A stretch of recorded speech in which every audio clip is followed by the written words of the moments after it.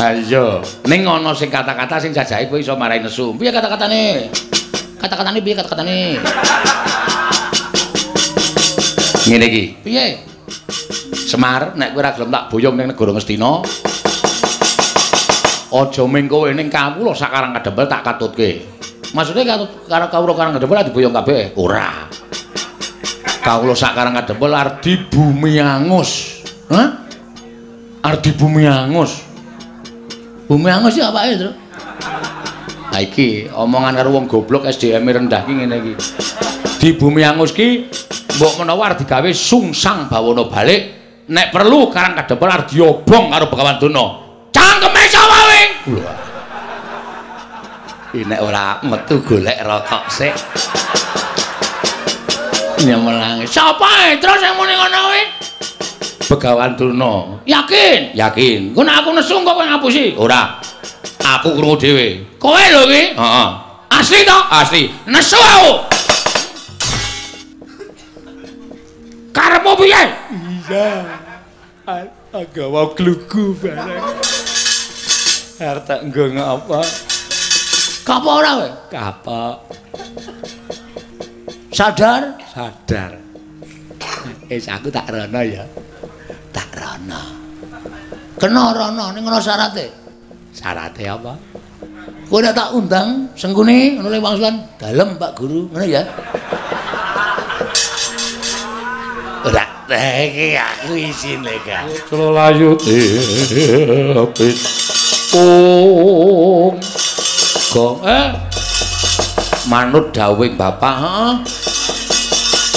Kowe karo aku kudu jaga katentreman karang kadempel. Bener. Ora pangling kae Kurawa dampyak-dampyak. Sajake mbelani karo Begawan Durna. Aku wis krasa, Tru. Ning awak dhewe rasa wedi, awak dhewe rasa mundur. Ha. Iki ana sing jagani awake dhewe. Sapa? Ndara Werkudara karo Ndara Janaka. Ning aja ngantos dhewe ora ketok nyambut gawe. Terus pethoke ngono nek kira-kira Kurawa Banda kalani men ditandangi Ndara Werkudara karo Ndara Janaka. Yo, reng perang ora reng. Perang wis siap-siap kok ya.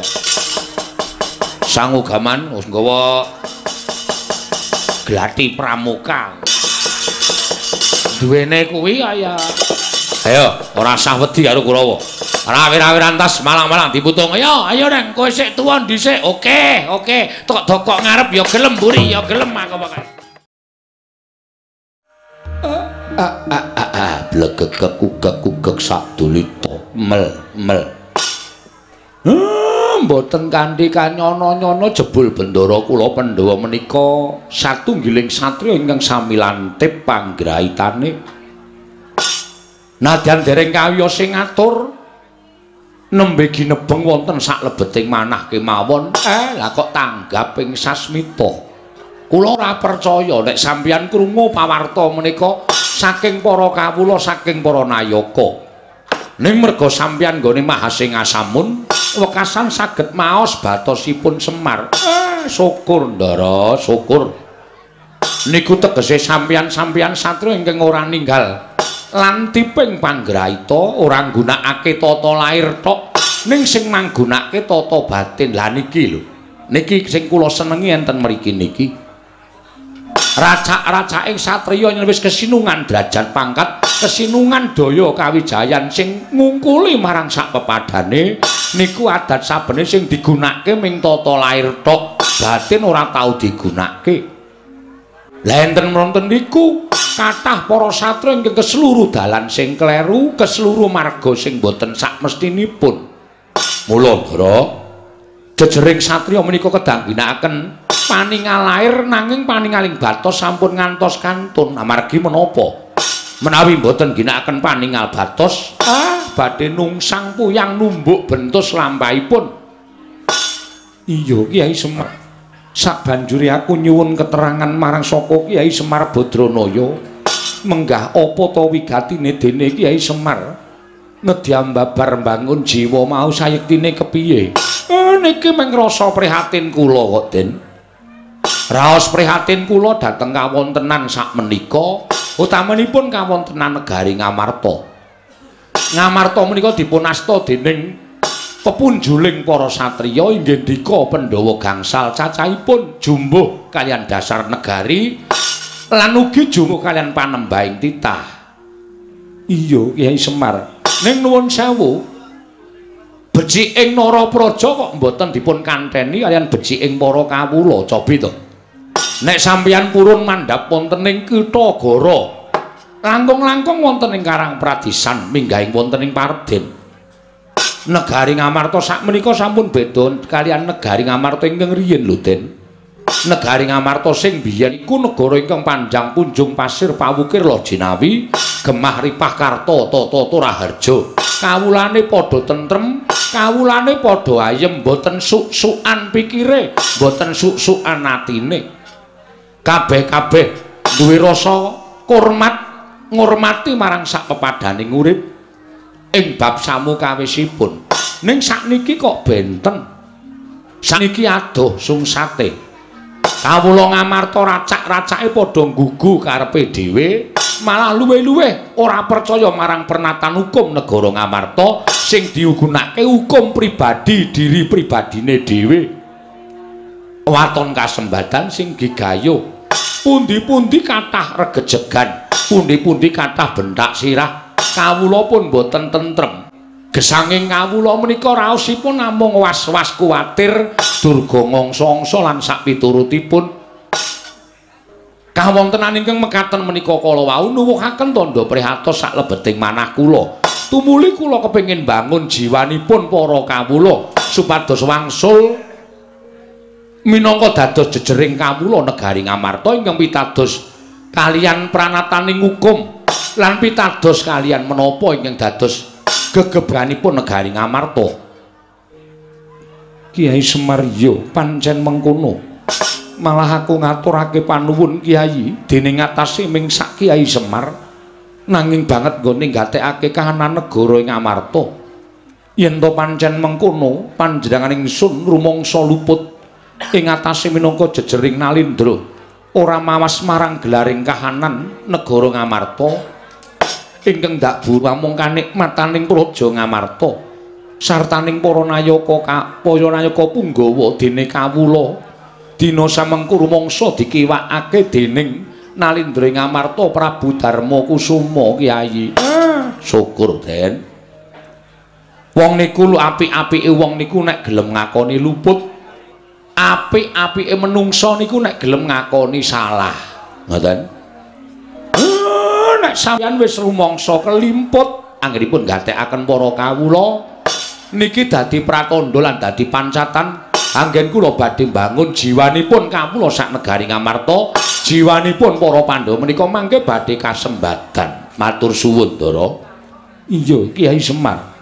Wosipun sampeyan ampun kendhat anggenipun tansah netepi dhateng darmanipun utawi warah kawruhing kraton. Warah kawruhing kraton piye Kiai Semar? Napa kudu kula baleni melih? Mergi sampeyan pun diwulang duk nalika badhe jumeneng nata wonten negari Ngamarta duk nalika semanten. Warah kawruhing kraton menika tanganipun wonten 9 cacahipun. Ana 9 Kiai nggih. 1 wajibing ratu, angka 2 pengageming ratu, angka 3 pambeganing ratu, angka 4 lelabuhaning ratu, angka 5 kekasihing ratu, 6 patraping ratu, 7 gegayuhaning ratu, 8 junjunganing ratu, 9 bandaning ratu.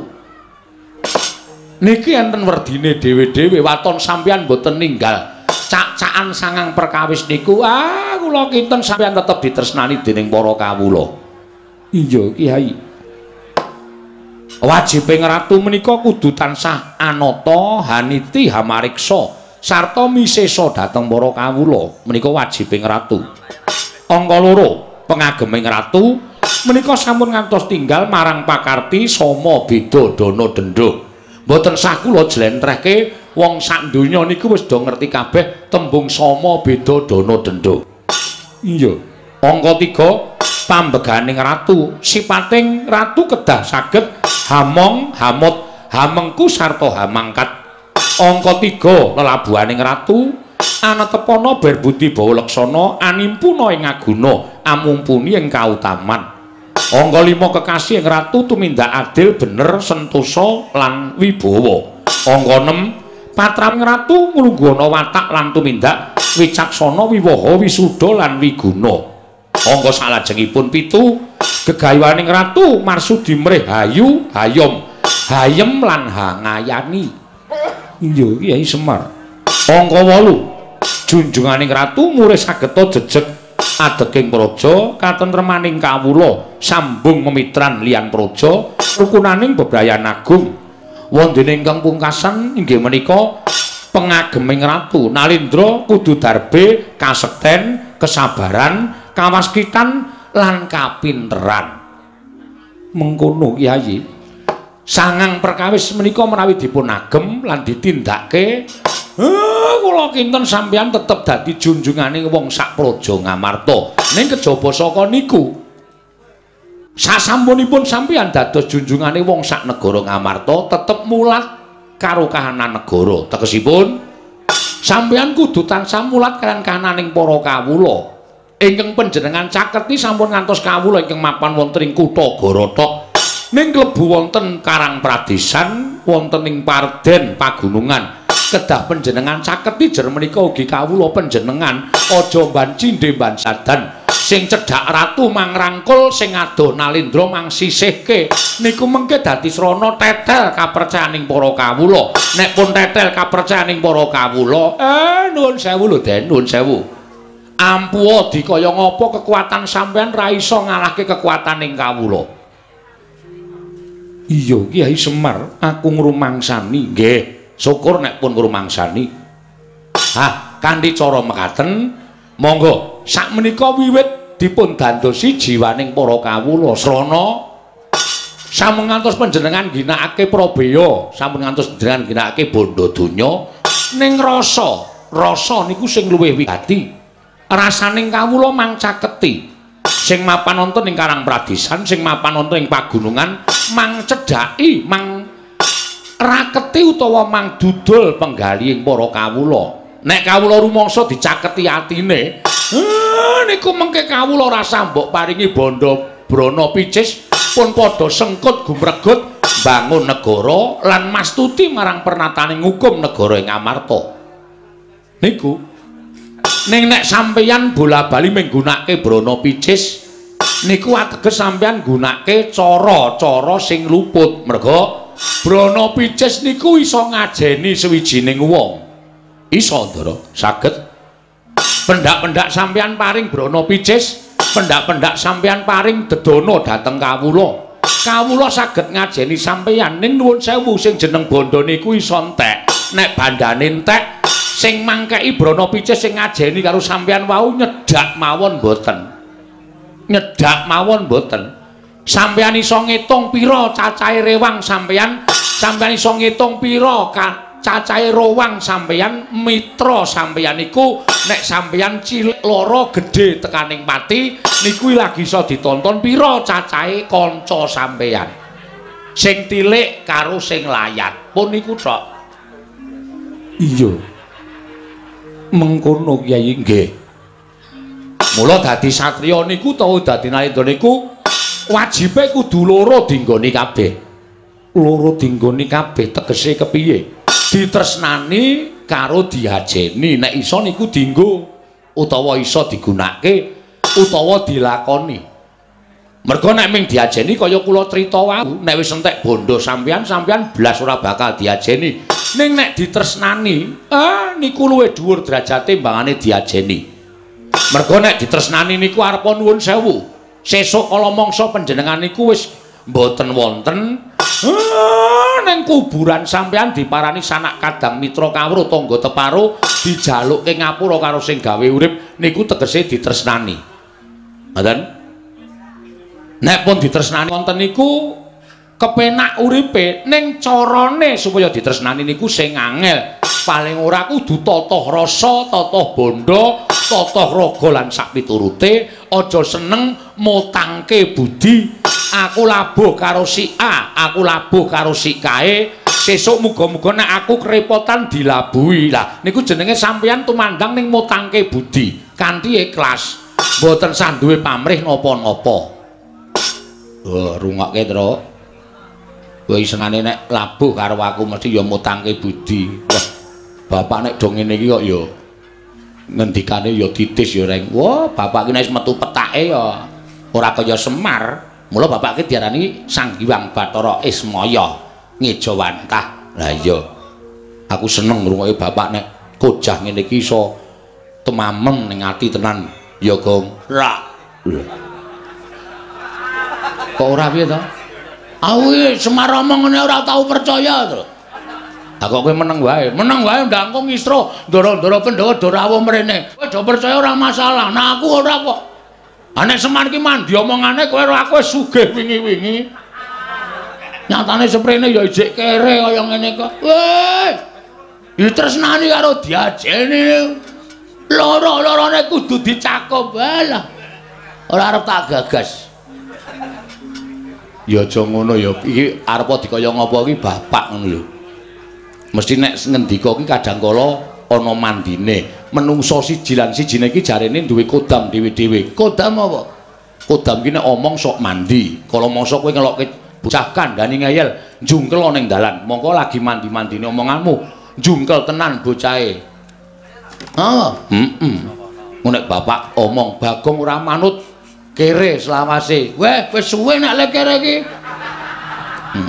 Ora usah nganggo kodam wis ora duwe apa-apa. Nuwun sewu mboten sadirungokke omongane anak-anak kula. Wedhus-wedhus niki pancen angel dikandhani. Pun dinengke mawon mboten sapripun-pripun. Ya meng aku gumun ya, Tru. Gumun apa? Ndara-ndara Pandhawa ya do meneng kabeh dingendikani bapak. Bapak omong werna-werna Ndara Puntadewa ya ndungklu, Ndara Werkudara ya nduk. Ndara Werkudara kok gek turu, Tru. Ora. Kok merem mripate? Aku ora merem, caidan. Syukur kowe krungu wonge ora. Lah ketake kaya kedap-kedip nek ngantuk barang. Ora kaya Ndara Janaka ya ndungkluk. Ndara Nekulasdewa ya kendelan. Wah, jan. Ha iya, iki bapak ndek niat apa to, Tru? Bangun jiwa. Bangun jiwane sapa? Bangun jiwane kawula sak negara Ngamarta. Bapak iki prihatin kawula Ngamarta saiki rusak kahanane, ora tentrem, ora ayem. Lho, kowe ngerti to sok maca Quran? Perkara dit 10.000 nganti paten-patenan, perkara dit 20.000 nganti paten-patenan. Ha kuwi bapak sedih, kok kawula kok ora tentrem, kok ora duwe rasa semanak antara siji lan sijine. Mula bapak pengen bangun jiwaning para kawula. Oh, ayo wis. Ya muga-muga sukses. Ayo. Ya ming nek dandani aku sing ora iso. Mergane wis tak paido. Nek ming Semar ki ora bakal tak gugu. Ora arep dandani dapurmu aku. Modar ya sakarepmu. Kandhani wong tuwa senengane ngeyel. Bapakmu ki lagi diagem omongane karo darah-darahmu, aja sok nyentulani bapakmu. Nek ora ana aku ya omong, nek ana aku tetep tak paido. Aku ora percaya kok. Aku wis ra kompak dhewe kok. Ra kompak piye? Anak-anake rupane do apa abang enom kowe kok brom dhewe wis coba. Mbok yo nganggo kompak, jeneng panakawan ki seragam. Ora kok ndeweki. Iki kudu nganggo iki. Nek ora nganggo iki kok ndak dukani. Sapa sing dukani? Sinuwun Prabu Darmakusuma. Mergo Sinuwun Prabu Darmakusuma kuwi wis sasmita karo aku, kudu nganggo iki. Oh ya wis, nek ana sing dawuh ya wis. Kyai Semar, kula Ndara. Kanthi cara mengkon Puntadewa nyuwun lawan Kyai Nayantaka. Nggih, keparengipun tuntunan laku ning Pandhawa. Supaya bisa mujudake negara ingkang kaya wingi uni Kyai Semar nadyan kudu apa wae ingkang katindakake upamana syarat sranane paringa pangandika kadangku papat ora bakal wegah nggone budidaya golek syarat srana. Wah, Semar yo yen pancen Pandhawa bali kaya wingi kudu ana syarat sranane paringa pangandikan mengko aku ingkang bakal golek syarat srana supaya iso kasembadan penjangkaning Semar. Ngene bakal bangun jiwaning kawula sak negara Ngamarta. Semar Badranaya. Semare koten prayetna. Semore seko balik titiyon. Oh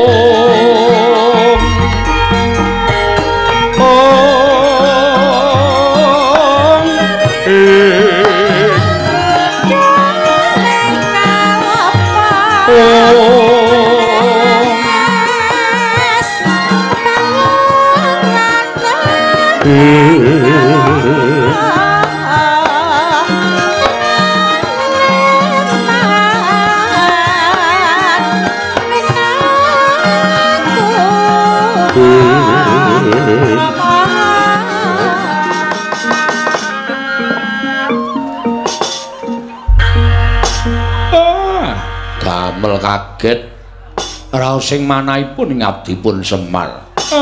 Lah menika rak mboten mangling Penemban Durna ing Saka Lima. Penemban kula ngaturaken sembah pangabekti kula kunjuk Penemban. Gondhok leguduk suwaru gembol Semorante wela.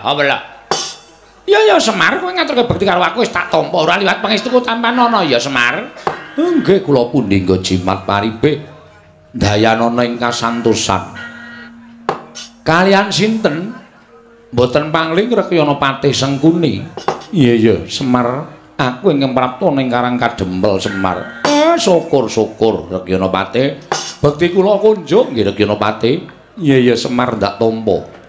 Pangestuku tampanana. Bapa Penemban Durna, kula ngaturaken bekti kula kunjuk Penemban. Anak Prabu Ngamarta menika. Inggih Bapa Penemban. Inggih. Kula tampi malah kaget raos sing manahipun ing Bapa ing Saka Lima dene panjenenganipun Nak Prabu Ngamarta sampun keparang rawuh wonten ing Karang Kadempel. Sampun sawetawis Bapa Penemban. Inggih syukur. Dipun sekecaken anggenipun lenggah. Bapa Durna ki kula aturi sekeca anggenipun lenggah. Inggih sampun boten kirang prayogi. Paman Arya Sengkuni kula ngaturaken bekti kula kunjuk. Kula tampi dawah sami-sami nggih Anak Prabu Durna bapakku. Aku ngaturake basaku katura. Werkudara anakku wong gagah. Tak tampa Werkudara pangestune bapak tampanana ya nang ya lik ya ngger. Yo ndak gegem dadiake jimat. Bapa Penemban bekti kula kunjuk. Janaka ya nang kene. Inggih. Syukur Janaka. Kula ngaturaken bekti Bapa Penemban. Tak tampa pangestune bapakmu Saka Lima tampanana ya Janaka. Kula pundi nggo jimat paripe dayanana ing kasantosan. Paman Patih Harya Sengkuni bekti kula kan kunjuk. Kula tampi nggih dawah sami-sami. Nala Gareng Petruk Bagong ngaturna sembah karo Begawan Durna. Waduh. Ngimpi apa kowe, Mir? Ngimpi apa? Kok ora kanthi kanyono-nyono ming omahmu kok kerawuhan priyagung. Ya, Tru? Heeh. Ndara Puntadewa, Ndara Werkudara, Ndara Janaka, Ndara Klasdewa. Durung nganti rampung lipada rembugan. Iki rawuh meneh priyayi luhur Begawan Durna. Lho, apa ora gleleng? Aku dhewe ora ngerti lah kok padha ting gruduk ning Karang Kadempel. Bekti kula Penemban. Nala Gareng tak tampa, pangestuku tampanana ya Nala Gareng. Kula pundi nggo jimat paripe dayanana ing kasantosan. Rekyana Patih Sengkuni bekti kula kunjuk. Iya Nala Gareng tak tampa. Pangestuku tampanana. Bekti kula katur Penemban. Petruk tak tampa. Pangestuku tampanana ya Panakawan. Kula pundi nggo jimat. Rekyana Patih Sengkuni bekti kula kunjuk. Iya Petruk tak tampa. Pangestuku tampanana. Gong, ngaturke bekti ora? Karo sapa? Begawan Durna rawuh ngono. Lho. Kok ora kanthi kanyono-nyono. Kula ngaturaken bekti kula kunjuk nggih Begawan Durna. Ndeng Durna. Ya Bagong, pangestuku tampanana Bagong. Kula pundi nggo jimat paripe. Sinten ingkang nderekaken Adipati Harya Sengkuni? Wah, Rekyana Patih Sengkuni bekti kula kunjuk Rekyana. Iya Bagong ndak tampa pangestuku tampanana. Nun nggih sangat anggen. Kawula mundi dadosaken jimat. Dipun sekecakaken anggenipun sami lenggah. Ya Bagong wis ora kurang kepenak, Truk. Dayoh akeh kaya ngene kok tanpa metu wedange Semar iki. Ayo engko tawanana. Nuwun sewu Penemban Durna ngunjuk menapa? Loh. Apa kira-kira kowe kuat nyuguh aku? Aku piyayi, kowe men kawula. Ing atase kawula kok nyuguh karo piyayi. Girilusi jalma tan kena kinira. Ampun sok ngembe karo wong. Kula niku arep kaya ngene nek mengko nyuguh sampeyan nggih. Isa.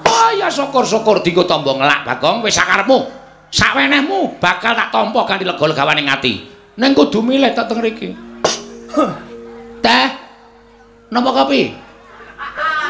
Loh, ya nek aku nek yaene iki senengane kopi. Kopi 7.000. Didol. Nyuguh kok didol. Gulane ya tuku padake. Nek purun pahit, ireng pulon pahit ning kula campur lemah. Hus. Aja edan kowe. Pendhita kok sak penake dhewe ora ngomong. Ngene ya Semar. Nggih, pripun Mremban? Aja kaget, aku prapta ning Karang Kadempel. Nggih. Nadyan radi kaget nanging gandeng sampun paring pangandikan pun lega ati kula. Oh iya. Ngene. Sejatine aku prapta ning Karang Kadempel mau yekti mung njumbuhake pekabaran ingkang sebenarnya mbok bakul sinambiwara. Pawarta binandunging Karna. Apa pancen kepara nyata yen to kowe bakal duwe gawe Semar? Sing nyebarke sapa iki? Lah kok dadi Ndara Pandhawa ya pirsa, Ndara-ndaraku Ngastina ya pirsa. Nala Gareng apa kowe kandha-kandha tangga teparo? Mboten niku. Petruk kowe tangga teparo tok kandhani apa piye kok nganti tekan dindi? Mboten, Pak. Kula nek didhawuhi ora kandha sapa-sapa ya ora kandha sapa-sapa. Bagong apa kowe kandha sapa-sapa?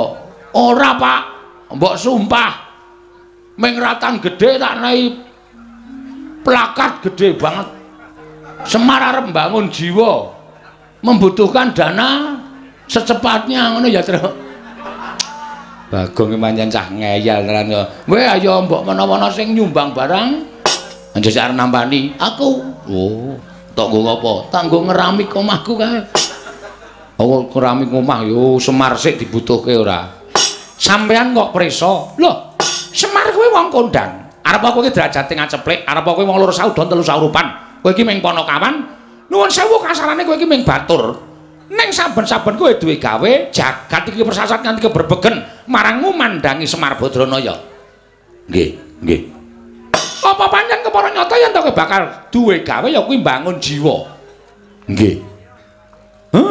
Niku ming lagi niat kok. Ming lagi karep. Durun kula tekake sedya. Ming lagi karep, lagi kula nam-nam wonten ati ning kok kula kaget. Sedaya sampun sami prisa. Lho, aku ora wis omong karo kowe to, kowe iki wong kondang, mula nek arep duwe gawe apa-apa kowe iki mesti tekan kono-kono padha ngerti ta. Dene apa to sababe aku suwanu ning Karang Kadempel iki mau pancen diutus dening Sinuwun Prabu Duryudana supaya aku suwanu ning Karang Kadempel. Wigatine ora ana lali kejabamu. Apa yang dadi sediamu mau pancen apik, pancen becik Semar. Pancen apik. Kowe iki jejering pamong, kowe iki jejering titah ingkang anyalira Jawata, ya kuwi Sang Hyang Bathara Ismaya. Mula yen to kowe kepengin bakal bangun jiwa. Mula yen to kowe kepengin bakal bangun jiwa mau, pancen wis satrepe, pancen wis bener, pancen wis pas. Ya mong ngene ya Semar. Kersane anak Prabu Duryudana nggonmu bakal mbabar ngelmu mau ora dikeparangake ning Karang Kadempel, ning dikeparangake ana ing negara Ngastina. Mula praptaku ning Karang Kadempel iki, ingkang wigati supaya mboyong marang kowe prapteng negara Ngastina. Kowe mengko ning kono diunggahke ning mimbar. Sawise kuwi terus kowe kojah supaya iso mbangun jiwaning para Sata Kurawa. Kanthi cara mengkono supaya Kurawa iso didandani jiwa ragane supaya bali marang pakarti ingkang sarwa becik lan apik Semar. Nggih. Matur sembah nuwun tanpa pepindhan. Dene amung sak karep kula kok. Sinuwun Ngastina ngantos kados mekaten. Ning nuwun sewu. Kula niku ora arep kojah, kula niku ora arep wewarah dhateng sinten kemawon. Kula niki ora arep ngumbar ngelmu utawa menehi ngelmu napa-napa kemawon. Kula niki wong sekeng, kula wong ora duwe, kula wong melarat. Ngelmu kula ya mung ngelmu celimen kemawon. Napa to sababe kula ajeng bangun jiwa niku kula kok ora bangun jiwane wong sak donya niku mboten. Kekuatan kula niku sepinten. Nek kula mbangun jiwane wong sak donya, ming sak Semar kok ajeng bangun jagat niku terus kula napa ngembari panguwasaning Gusti Karya jagat. Mboten ajeng. Sing kula karepke mbangun jiwa niku kula pengin bangun negara Ngamarta jer. Karang Kadempel menika kebawah keperintah negara Ngamarta. Mula sing kula penke nggih negara Ngamarta. Dados nek Begawan Donorawuh meniki kalian Prakyana Patih Sengkuni pengin boyong dhateng Semar Badranaya, kula kok kon bangun jiwane Kurawa niku sing ajeng kula bangun nggih napa to pi? Kurawa niku pun boten kurang-kurang derajat pangkat duwe bondo seprapat jagat darbeking Sinuwun Duryudana. 7 turunan boten entek Dinggo dolanan kali adi-adine kabeh inggih menika Sata Kurawa. Terus sing ngajeng dibangun apa? Kula tak takon. Nek kula teng negara Ngastina niku ngibarate kaya dinguyahi segara. Teng mriku nggih pun lenggah pandhita ingkang kondang monyor-monyor inggih menika peparab Begawan Durna. Lah mung perkara kojah wewarah kawruhing urip kok dadak nggotong kere saking Karang Kadempel terus pujangganing Ngastina sing nami Begawan Durna niku nuwun sewu gaweane napa? Kula tak takon. Sing kudune dandani para Kurawa niku sampeyan dudu kok kula. Merga Kurawa niku murid sampeyan. Kurawa niku siswa sampeyan. Anane siswa kok ora apik, murite kok ora becik. Lah niku sing ditutuh ya gurune. Piye le mulang muruk karo murite? Ngoten. Ampun kok kula sing dandani. Sing gawe dudu kula kok sing dandani kula. Niku nek carane wewangunan utawa carane omah sing gawe dudu kula, sing dandani kula. Mengke usuke kurang gedhe, renge kecupeten. Mboten iso dadi dipasangi gendheng ya ora apik. Ngoten. Nek sing damel sampeyan sing dandani ya kudu sampeyan. Mula nuwun sewu. Niat kula mung ajeng dandan-dandan negara Ngamarta. Sakliyane niku dudu tanggung jawab kula. Semar niku wong kekuatane winates ora kaya sing gawe jagat, ora kaya Gusti, ora kaya dewa. Kula niku senes dewa, kula mung titah sewantah. Ngoten? Mula nek Begawan Durna rawuh mriki ajeng boyong Semar, nuwun sewu kula mboten saged. Kula dereng saged.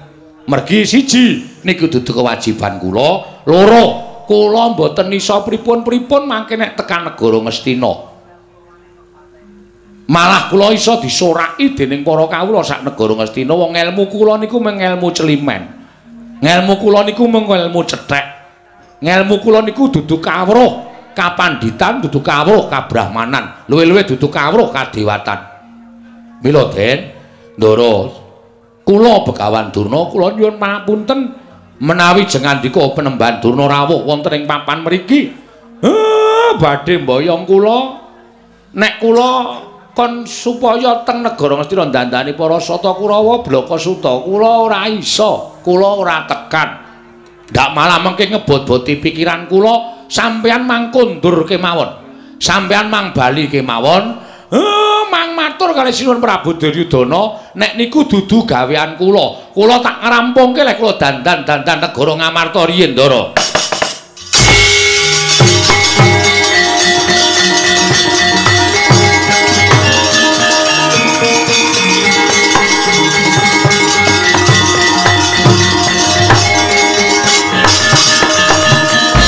Andita kang kinarya wangsit pindha kombang ngajaping tawang susuh angin ngendi nggone lole somo nante dawela lah kok dadi tekan semono nggonmu Guneman Semar. Yen ngono cetha kowe yen to ngiwake marang para Sata Kurawa mangka sejatine kowe iki ora mung siswane utawa kowe iki ora mung pamomonging para Pandhawa. Ning klebu kowe iki pamomonging negara Ngastina. Elinga Semar. Pandhawa lan Kurawa kuwi padha-padha turasing Begawan Wiyasa ing Saptawarga. Lah kok dadi kowe mban cindhe mban siladan. Yen Pandhawa mbok mban cindhe, yen Kurawa mbok mban siladan. Ing atase aku apik-apik sawanana ing Karang Kadempel mboyong marang kowe. Diutus dening anak Prabu Duryudana. Ning tinemune nggonmu wangsulan lah kok nyerekake pikire Begawan Durna. Nyerekake atining Begawan Durna. Mangke riyen kula nyerekke nggon apa? Kula omong niku kanggo kula tata. Aja nganti omongan kula menika damel serik penggalipun Begawan Durna. Lah kok saniki sampeyan ngendika kaya ngono. Lho, kowe ngandhake sing gawe Kurawa sapa? Kurawa mbiyen ibarate kaya dene wadah ingkang suwung. Sing iseni Begawan Durna, tak iseni ngelmu sing apik-apik. Terus kowe kandha karo Begawan Durna, kowe matur karo aku. Sing gawe Begawan Durna, sing dandani ya kudu Begawan Durna. Yen ngono terus pendhita Ngastina kuwi gaweane apa? Nek perkara dandani Kurawa kok dadak kongkonan karo wong Karang Kadempel. Coba aku tak takon karo kowe. Apa kaya ngono kuwi ora nyerek-nyerekke ati? Nuwun sewu sampeyan niku pendhita kok isih gampang kebranang penggalihe to. Sampeyan niku pendhita kok isih gampang nesu. Monggo pendhita niku watekane tanduk aris ulat manis ing cipta demen tetulung adoh penggawe cidra ngalah tananggunggung diri gawe senenging liyan niku wateking Brahmana. Nek sampeyan nganggo serban kethu sarwa putih mongko durung iso ngleksanake sifat sing kula aturke mboten sang nganggo kethu sampeyan ngangge caping mawon. Sampeyan durung iso nglakoni minangka dadi Brahmana ketitik sampeyan gampang murup atine. Gampang murup penggalihe. Nuwun sewu, Ndara. Nek sampeyan kaya ngoten niku wis memper nek Kurawa pancen pambegane sasar susur. Kurawa pambegane angkara murka. Kurawa niku sewijining wong sing wis ora iso didandani. Lah pripun? Lah wong gurune watake kaya ngono. Napa meneh Kurawane? Kowe aja wangku gawan ngawur. Sing marai Kurawa elek iki dudu Begawan Durna. Sinten nek dudu sampeyan? Iki sing nang mburiku iki. Sampeyan nek senengane kaya ngoten kok golek kanca lho. Wong kula ya ora ngapa-ngapa. Ben wong loro Dik Pate mengki ndak. Kula ora masa kijenan ora ndek kanca kaya. Niki sing gawe jar sing gulang-gulung karo Kurawa iki. Dudu aku. Dadi aja nyalah karo Begawan Durna. Nuwun sewu. Punta, sampeyan mboten sakakean gunung tanpa guna. Mboten sakakean pangandikan. Saniki sampeyan gelem kondur napa mboten? Mergo nek sampeyan taunana windanana lenggah teng Karang Kadempel, kula ora gelem bali, kula ora gelem diboyong teng negara Ngastina. Lah mbok sampeyan ngenteni tekan jaman apa mawon, Semar ora bakal pindah saka Karang Kadempel. Lho, nek ngono kowe pancen niat ora gelem tak boyong nang negara Ngastina. Monggo Semar. Ya aku diweling dening anak Prabu Duryudana, Bapak Durna menawi mboten saged boyong Semar wonten negari Ngastina. Ateges Bapak Durna menika mboten lahir batin anggenipun sumuyut ngayom wonten negari Ngastina. Ateges aku padha karo ora dianggep ana negara Ngastina. Mula tinimbang aku bali ana negara Ngastina ora boyong ngelawan kowe. Luwung kowe bakal laruda paripeksa. Lah nak tenan to. Kriwikan dadi grojogan geguyon dadi tangisan. Sampeyan ngomong kaya ngoten niku ampun gawe nesune anak-anak kula. Mengkene anak kula salah siji wonten sing nesu. Kula ora tanggung niki cah awur-awuran kabeh. Sampeyan iki nek pendhita elek derajate ming mergo dienggo awur-awuran kali anak-anak kula niku kula ora tanggung. Aku ora wedi karo anak-anak. Kuwase kowe gelem mangkat apa ora? Yen kowe ora gelem mangkat, ora meng kowe sing tak katutke dosane. Ning klebu Karang Kadempel kene bakal tak katutke dosane. Yen perlu Karang Kadempel tak bumi angus legane atiku. Terus? Nesu ora kowe? Ora. Bagong kuwi sing biasane nesu ora, Gong. Oh. Edian. Gong. Gong, ngapa? Durna teka. Ngapa Durna? Omong karo bapak. Omong piye? Bapak arep diboyong ning negara Ngastina. Terus bapak emoh. Goblok kok Semar iki. Lho. Ah wis seneng karo bapane ngono goblok to. Goblok. Ah ning Ngastina ki bandane mengalir. Nek Semar gelem dadi pamonging para Kurawa ki sugih wingi-wingi ora ketayalan ngrekoso uripe kaya ngene. Sik to aku tak neluske omonganku. Semar ora gelem. Dasare Semar arep bangun jiwa negara Ngamarta. Jiwane kawula sak negara Ngamarta dibangun karo bapak. Lah Sinuwun Duryudana mireng. Bareng Sinuwun Duryudana mireng, Sinuwun Duryudana kepengin diwejang karo bapak Semar. Mula bapak Semar arep digawa ning negara Ngastina. Terus bapak emoh. Dasare ngapa sih? Bapak kepengin rampungke pakaryane negara Ngamarta. Tur kuwi dudu gaweane bapak. Kuwi dudu kewajibane bapak. Dandani Kurawa kuwi dudu kewajibane bapak. Sing bapak duwe kewajiban iki dandani para Pandhawa. Durna Sumbar. Ngene piye? Nek Semar ora gelem tak boyong ning negara Ngastina, tak ruda paripeksa. Wis ben. Lho. Ora nesu, Gong. Ora ana sing nyangkut keamanan Karang Kadempel. Kuwi pribadine Semar karo Durna. Masa aku kok nesu? Lah kowe iki anake sapa? Anake Semar. Lah Semar dingonone kok kowe ora nesu. Piye? Semar dingonone kok kowe ora nesu. Ora aku masuk angine Semar atilek kok. Tanteni dina rong dina telung dina kok tanpa jedul. Bareng ketemu ing waras le. Aku arep muni jengkulmu mlocot. Ora tegel bapakku kowe. Ha iya, ning ana sing kata-kata sing jajahe kowe iso marahi nesu. Piye kata-katane? Kata-katane piye kata-katane? Ngene iki. Piye?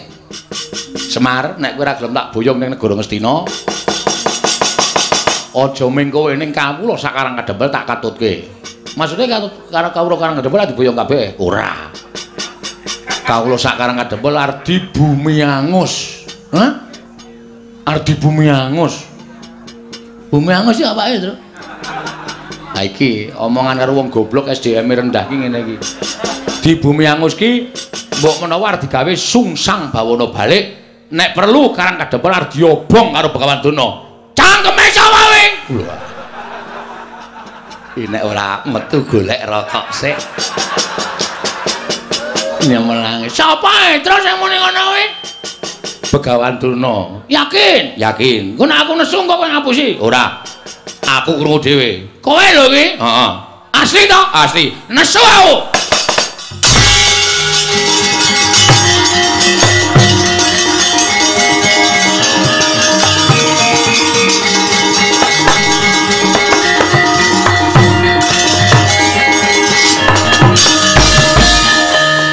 Nun sewu penemban kula ajeng nyuwun prisa. Heeh, kowe takon apa? Sampeyan wae omong nek ajeng bumi angus negara utawa karang kadempel. Heeh, niki nocoke omongane Petro daripada kula wis kebacut nesu kula dapusi Petro. Lah kula isin. Nek pancen nyata niki mungsuhe dudu sapa-sapa ning kula. Sampeyan kudune ngerti. Dina Senin Demben kula niku dilantik dadi ketua pemuda Karang Kadempel. Dadi nek sampean ngrasani ketentremaning Karang Kadempel niku padha karo sampean ngilani jajane Bagong. Ngandel ora. Anakku nesu. Aku nesu ora mbelani kowe aja GR. Mbelani sapa? Mbelani bumi wutah getihku, Pak. Karang Kadempel ki bumi kelahiranku. Karang Kadempel ki bumi wutah getihku. Aku jejer putra bumi. Nek ana wong sing arep gawe cintrakaning bumi kelahiranku, sedumuk bathuk sing nyari bumi. Ora nyawang sapa-sapa aku. Arep kuwi aja kok menungso. Dewa medhon aku ora wedi. Oh, cangkeme kebablasen kuwi. Mun ana dewa medhun tenan. Wah, aku tratapan ya, Tru. Ora to ya, ora. Ya wis ora dewa wis. Anjur wedi ora. Aja kok menungso, demit aku ora wedi. Oh, sidane demit sidane. Ora dewa, nyemelangi enak dewa. Mun nek medhun tenan, Bagong jabut nyawamu. Mudar tenan aku. Loh, saiki karepmu piye? Loh, saiki kula manut karo sampean. Nek sampean ajeng boyong Semar, Semar ora gelem niku pribadi perkara sampean karo Semar. Ora masalah. Monggo arep dirembuk cara piye ora masalah. Nek sampean aja nganti ngatutke Karang Kadempel. Ngono. Aja nganti ngatutke Karang Kadempel. Semar kuwi kami tuaning Karang Kadempel. Ha sing do ngakoni. Lho, kowe ora ngakoni bapakmu kami tuaning Karang Kadempel. Kula niku anake ora percaya karo Semar. Nek Semar diganggu gawe mongko menyangkut suasana ketentraman Karang Kadempel ya maaf terpaksa kula wani karo sapa wae. Yen ngono kowe wani karo Begawan Durna. Lho, ameng kowe kok dur. Aku kowe sumbar muni iki ngono kowe wani karo Begawan Durna. Rangkep apa itu ora bakal tak tinggal loncat. Kowe ora ngerti Bagong nek wis nesu kok. Rumangsane. Iki tengike ra jamak-jamak. Keleke sabune garing barang ora dibilasi. Ana banyune entek lagi sabunane. Mulai mincer tak anduki. Piye to le? Wis meneng apa? Loh, nek ngono kowe dadi palanging Begawan Durna. Mepalangi aku mergo kowe ngrasani Karang Kadempel kok. Kowe aja pisan-pisan ngrasani Karang Kadempel. Nek kowe ngrasani Karang Kadempel dudu ajanging Semar. Kowe iki mau apa ya jenenge? Ora to ya kowe. Ngono apa maksude? Dudu Semar sing ngadepi. Dudu Semar sing ngadepi. Ning Bagong Diajane Bagong sing dienggo ajanging peperangan. Wah, edian. Gleleng tenan cah iki. Ya kuwi. Durna iki biasane sok nggawa Kurawa. Durna ora temandang sing maju Kurawa. Kowe nggawa Kurawa? Heeh. 100. Mbok dilongi. Wong Kurawa 100 kok kon ngelongi.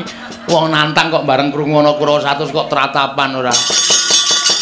Aku ora bakal mundur sejangka. Neme mungsuh Begawan Durna, ngendi papane wong neter kanthi dayan. Wah, panas maning jajaran sertane bawana. Yen ngono Bagong sing palangi niate Begawan Durna. Ayo, kowe ngecak pirang dina? Kowe ngecak apa? Ora bakal dadi kaloncat. Mati Begawan Durna musuh Bagong, luwung ora urip nang alam padang. Oi, cewek.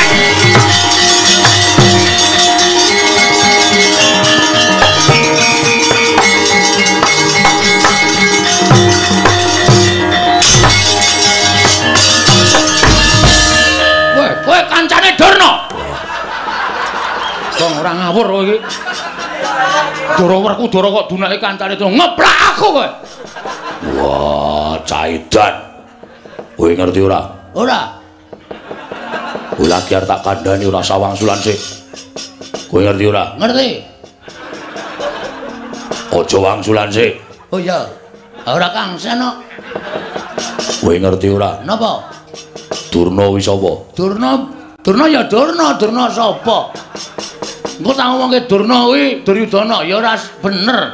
Durna ya Durna, ora ana Durna liyane iki mau ya Durna. Yen kowe ora ngerti tak kandhani. Heeh, piye? Wah, ora basa. Wah, iya lali.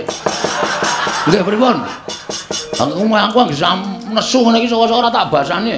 Tak sawa-sawa pangan kabeh soalé. Durna kuwi guruku. Lho. Wis lulus durung?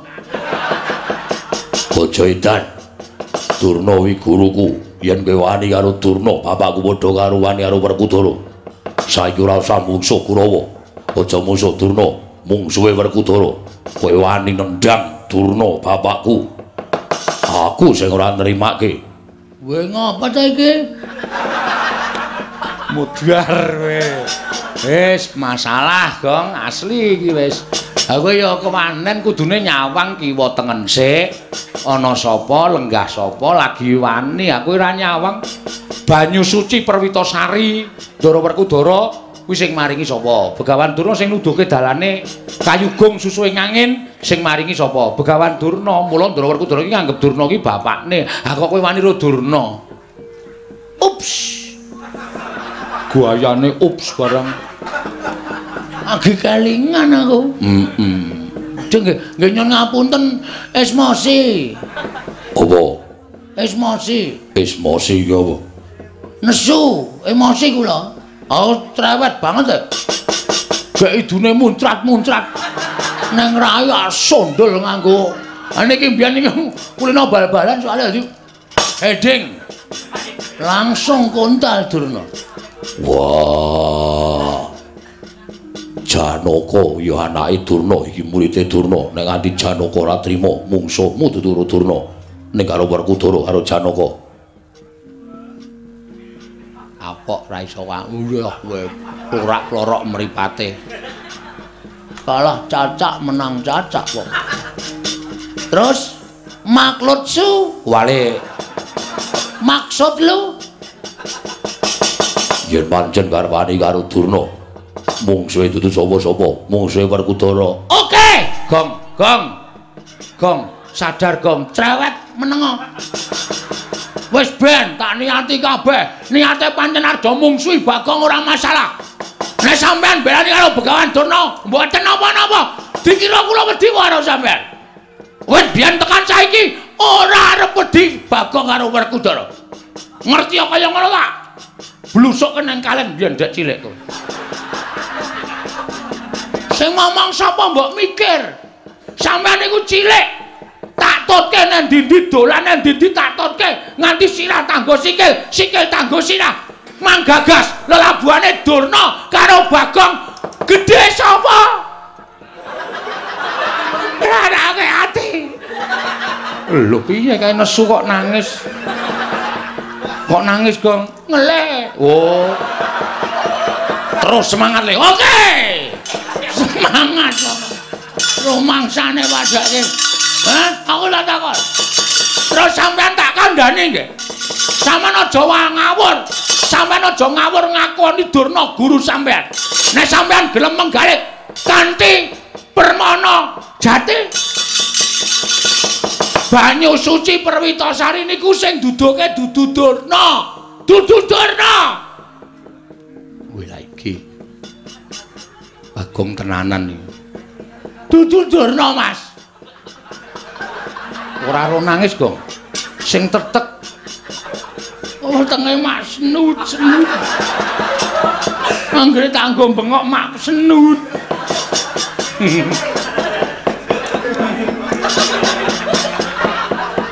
Pokokan sambel e, Tru. Jangan apa-apa ana lomboke kabeh.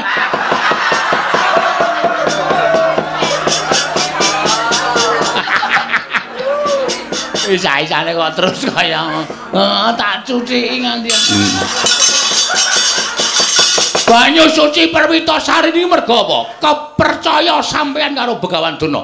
Apa-apa niku nek dilambari percaya mesti bakal ketekan sedane. Nek sampeyan ora percaya, mang takon karo Patih Sengkuni.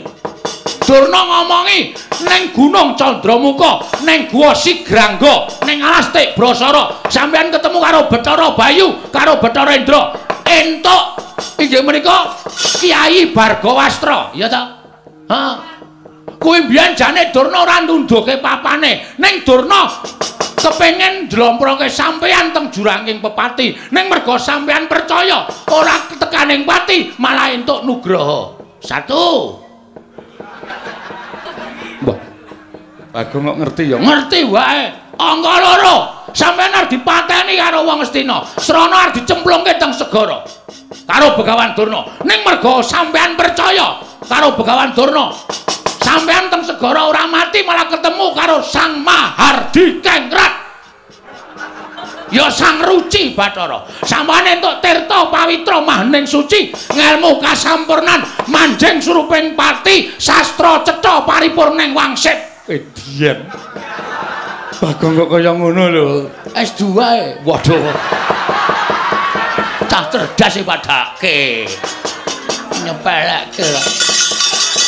Niku kabeh mergo sampean percaya, ora kok Durna sing duduhi. Ha kok seprene sampean sing duwe kapercayan, nek sampean iki sing duduke Durna, salah, Bung. Bung pait. Dhuwur ngambung ngisor gejek. Oh, tantep. Ngawur. Ha. Munia saiki. Munia, apa kabeh lelabuhane Durna? Mboten. Ora, Durna ki ora duwe ngelmu. Kapinteran, Durna ki ora duwe ngelmu. Kawaskitan, Durna ki dudu dununging wahyu. Ning Durna niku gurune wong perang. Nika gurune wong perang tok til. Ora ana kawruh napa-napa. Nek sampeyan le mulang perang Durna, kula lagi percaya. Nek tirta pawitra maning suci kok saka Begawan Durna, itu bohong besar. Ewadene sampeyan durung percaya lan masih sanksi dengan kata-kata. Bagong, silakan naik ke Mahkamah Konstitusi.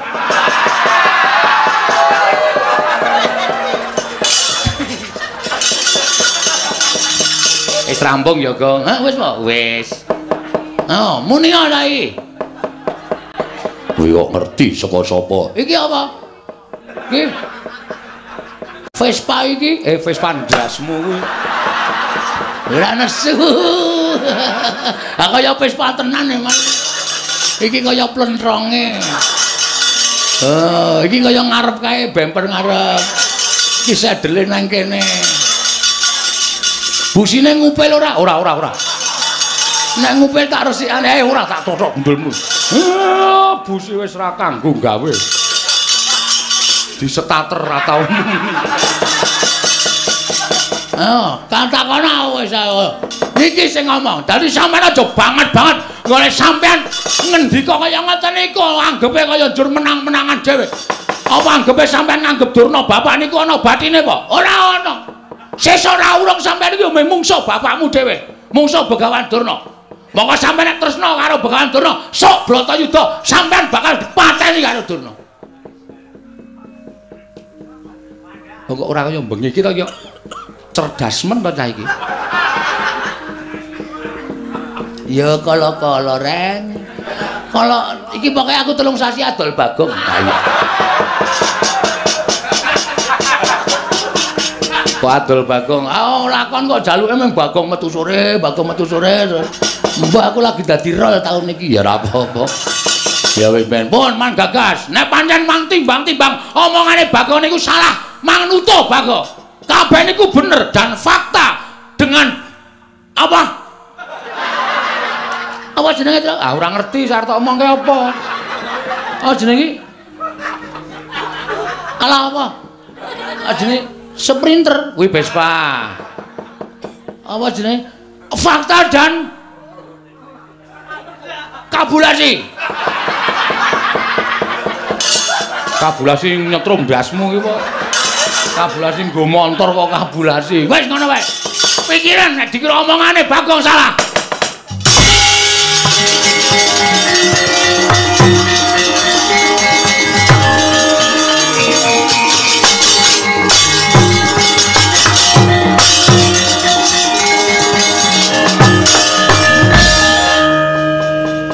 Bagong, non. Aku sing nyuwunke ngapura Werkudara ya, Bagong. Ha iki piye mbok ngene iki? Bagong, aku suwunke pangapura. Bagong, ayo derekno aku tuku sikat gigi.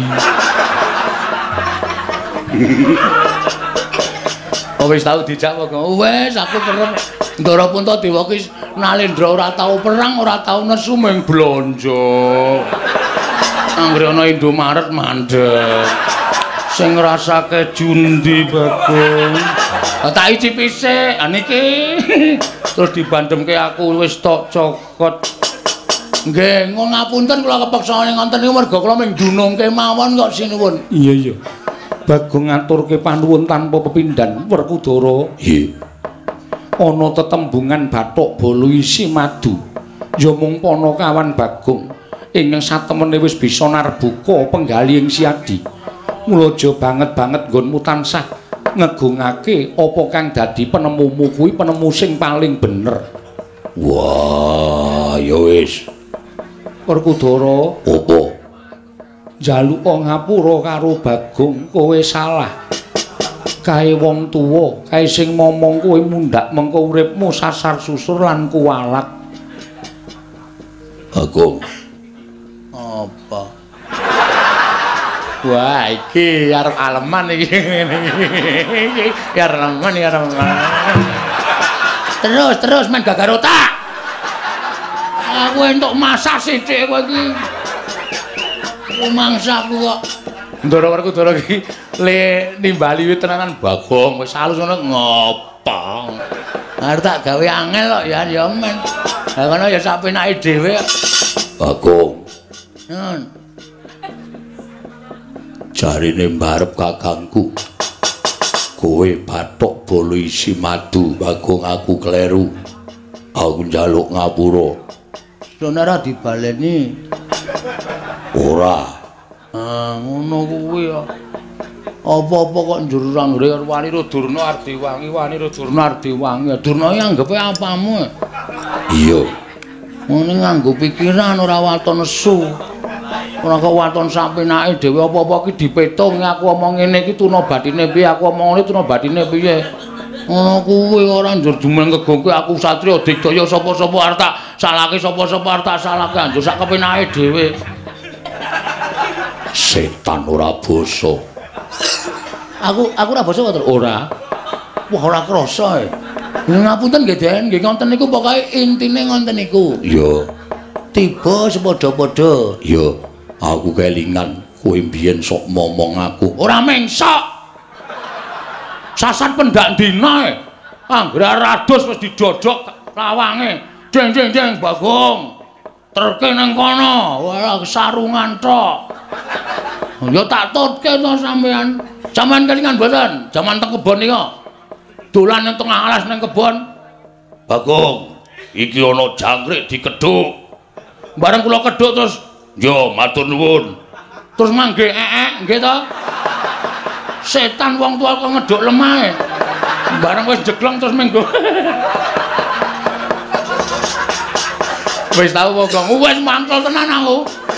Asem kok. Akhire lek ngedhuki padase atos banget e. Juluk-juluk bareng jero iki terus dhek mekangkang kae. Matur nuwun. Oh, nakal ora jamak-jamak. Lho ngapura. Kelingan to? Kelingan.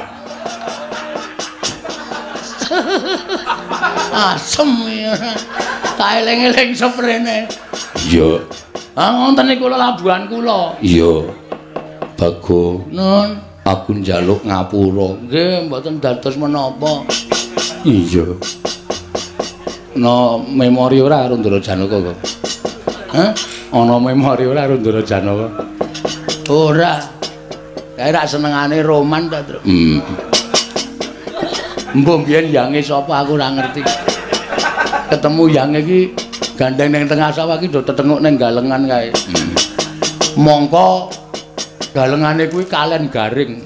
Ndara Janaka ya santai aja cilik mbiyen baguse ora Jawa-Jawa. Wong wedoke anggere ketemu Ndara Janaka terus ngrangkul terus do jak tenguk-tenguk ning nggon kalen garing kuwi. Gejlike tak buka.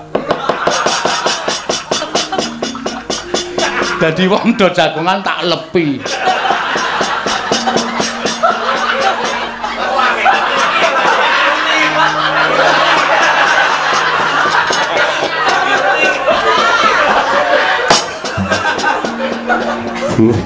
Kula rak bingung. Wong bar garing apik-apik kok jare kula kemproh. Jebul gejlike dibuka Bagong. Wonge keplok-keplok saka dhuwur.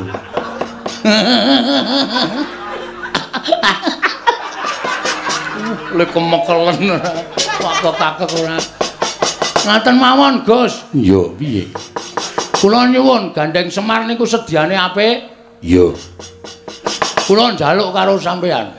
Apa, Bagong? Kurawa disingkirke. Wah, Werkudara aja selak. Yo, aku sing nyingkirke Kurawa. Ndara Janaka Kurawa singkirke nggih, Den? Iya, Bagong aja kuwatir. Ning kowe aja meneng wae, kowe ya temandang. Oh, siap, Pak. Oke. Petruk Gareng ya temandang iki desamu kudu kok gawe tentrem. Nggih, Pak, ngestaken dawuh. Nggih, Pak, ngestaken dawuh. Mengke kula tandangane kali Petruk nek kira-kira ketemper yudane ya Ndara Werkudara Ndara Janaka nggih ngewangi. Yo, aja kuwatir. Iya, aja kuwatir.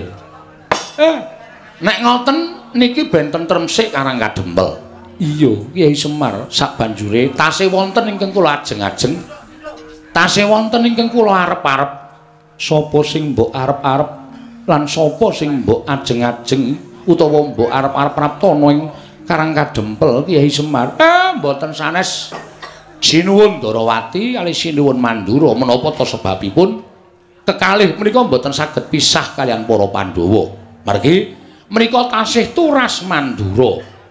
Menika ugi wonten sambung darah kalian para Pandhawa. Mila mangke kula badhe jangkepaken Pandhawa lan sederek-sederekipun sedayanipun menawi sampun jangkep nembe kula wiwiti jinurung kali ndara-ndara kula Pandhawa anggenipun bangun jiwa. Ya to Semar yen to pancen mengkon aku mung kari manut. Ndara Puntadewa monggo kula dherekaken manjing Bale Wisma sak pejagung catur netra kalih kula. Iya ayo tak dherekake Kyai Semar. Ndara Werkudara Ndara Janaka kula nyuwun ketentremaning Karang Kadempel. Yo Semar aja kuwatir. Monggo aku tak kongkonan anak-anakku. Iya Semar aja kuwatir monggo aku tak kongkonan anak-anakku. Petruk Gareng Bagong katentreman Karang Kadempel reksanen. Nggih Pak, ngestaken dawuh. Nggih Mir, ngestaken dawuh. Layute pit gong manut dawuhing Bapak, heeh. Kowe karo aku kudu jaga katentreman Karang Kadempel. Bener. Ora pangling kae Kurawa dampyak-dampyak. Sajake mbelani karo Begawan Durna. Aku wis krasa, Tru. Ning awak dhewe rasa wedi, awak dhewe rasa mundur. Ha. iki ana sing jagani awake dhewe sapa? Ndara Werkudara karo Ndara Janaka. Ning aja nganti dhewe ora ketok nyambut gawe. Terus pethoke ngonek kira-kira Kurawa Banda kalani men ditandangi Ndara Werkudara karo Ndara Janaka. Yo, reng perang ora reng? Perang wis siap-siap kok ya. Sangugaman wis nggawa glati pramuka. Duwene kuwi kaya ayo ora usah wedi karo Kurawa. Rawir-rawiran tas malang-malang diputung. Ayo reng kowe sik tuwa dhisik. Oke. Tok dokok ngarep ya gelem mburi ya gelem aku.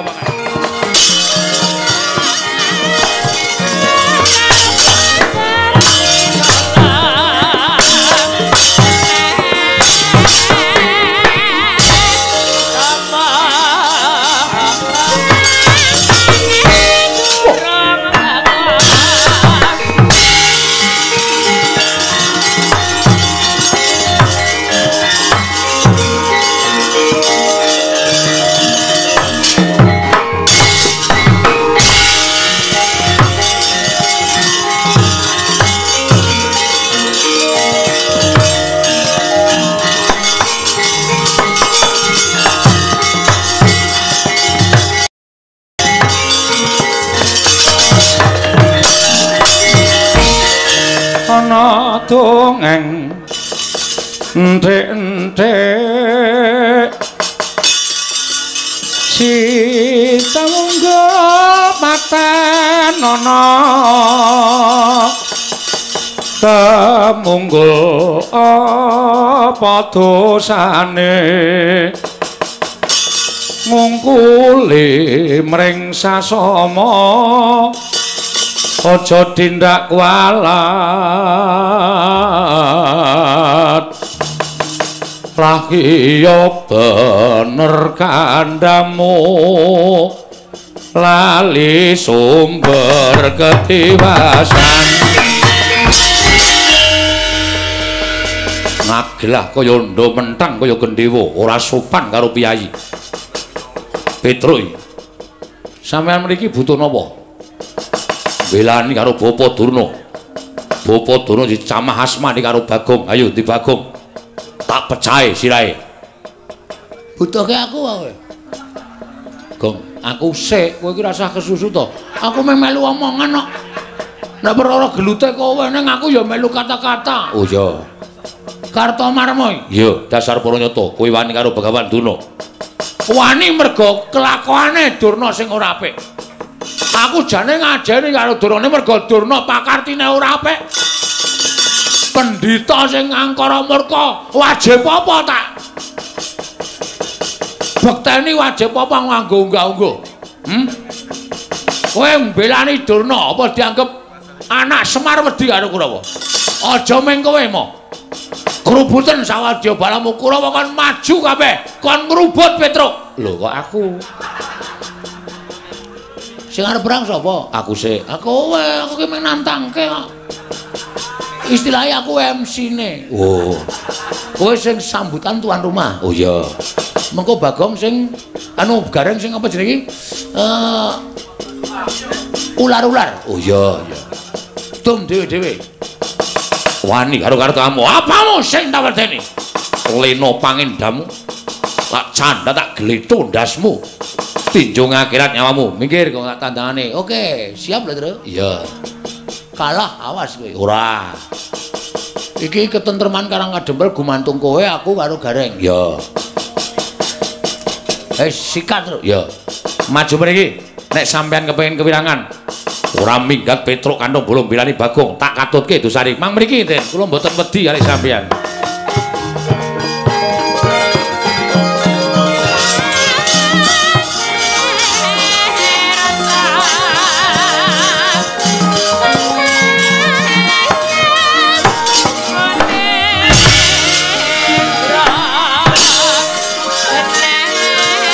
Meng kalbu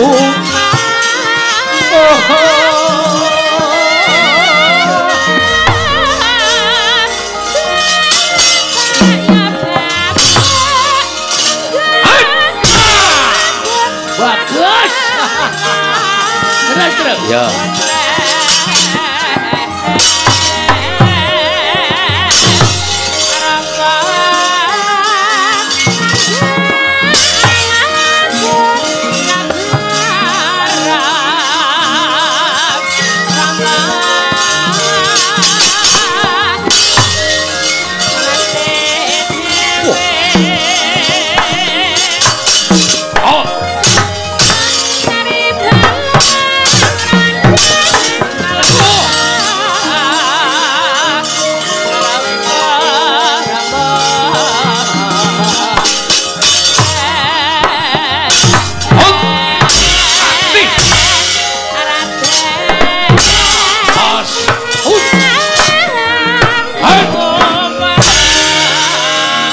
Ayo.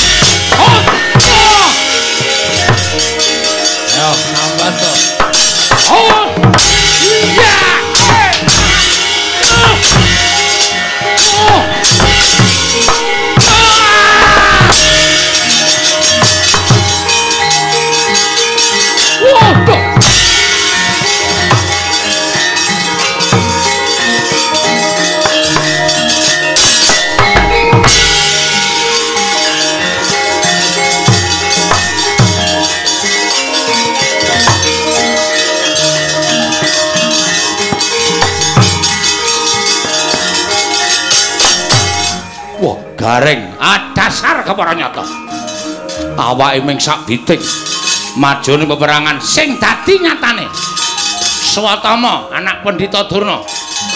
Ayo ora gelem mulungke Semar. Karang Abang Karang Dembel piye? Karang Abang Karang Dembel wani mungsuh nala gareng tinjung akhirat nyawamu.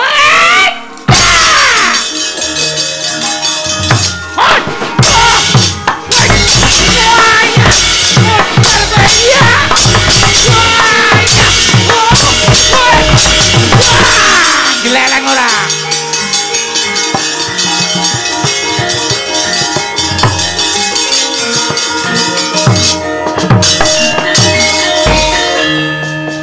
Kowe kok geleleng, Reng? Ayo anak buahe Bruce Lee kok. Sapa? Anak buahe Bruce Lee. Bruce Lee iki bakul apa?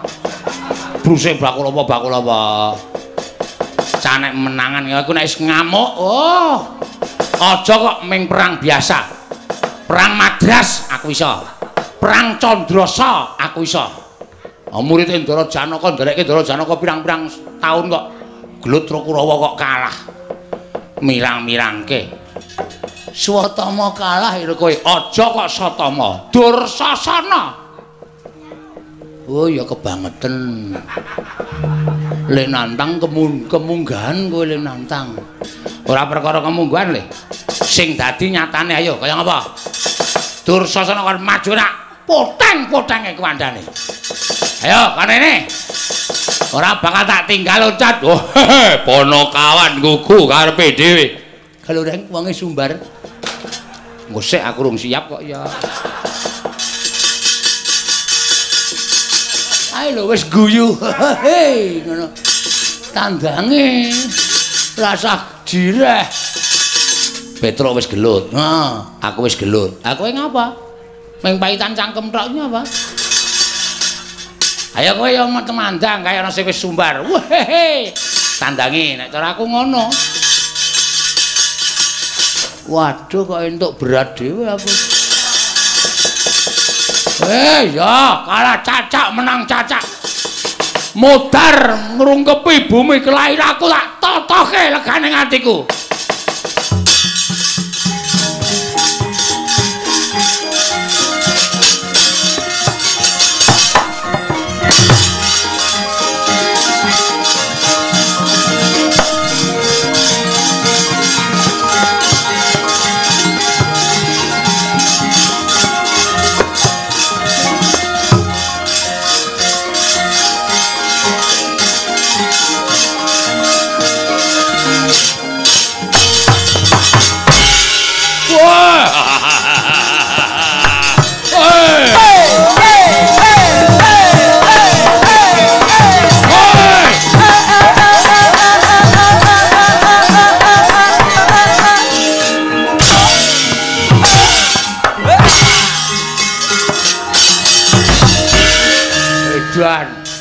Joget kok ora aturan.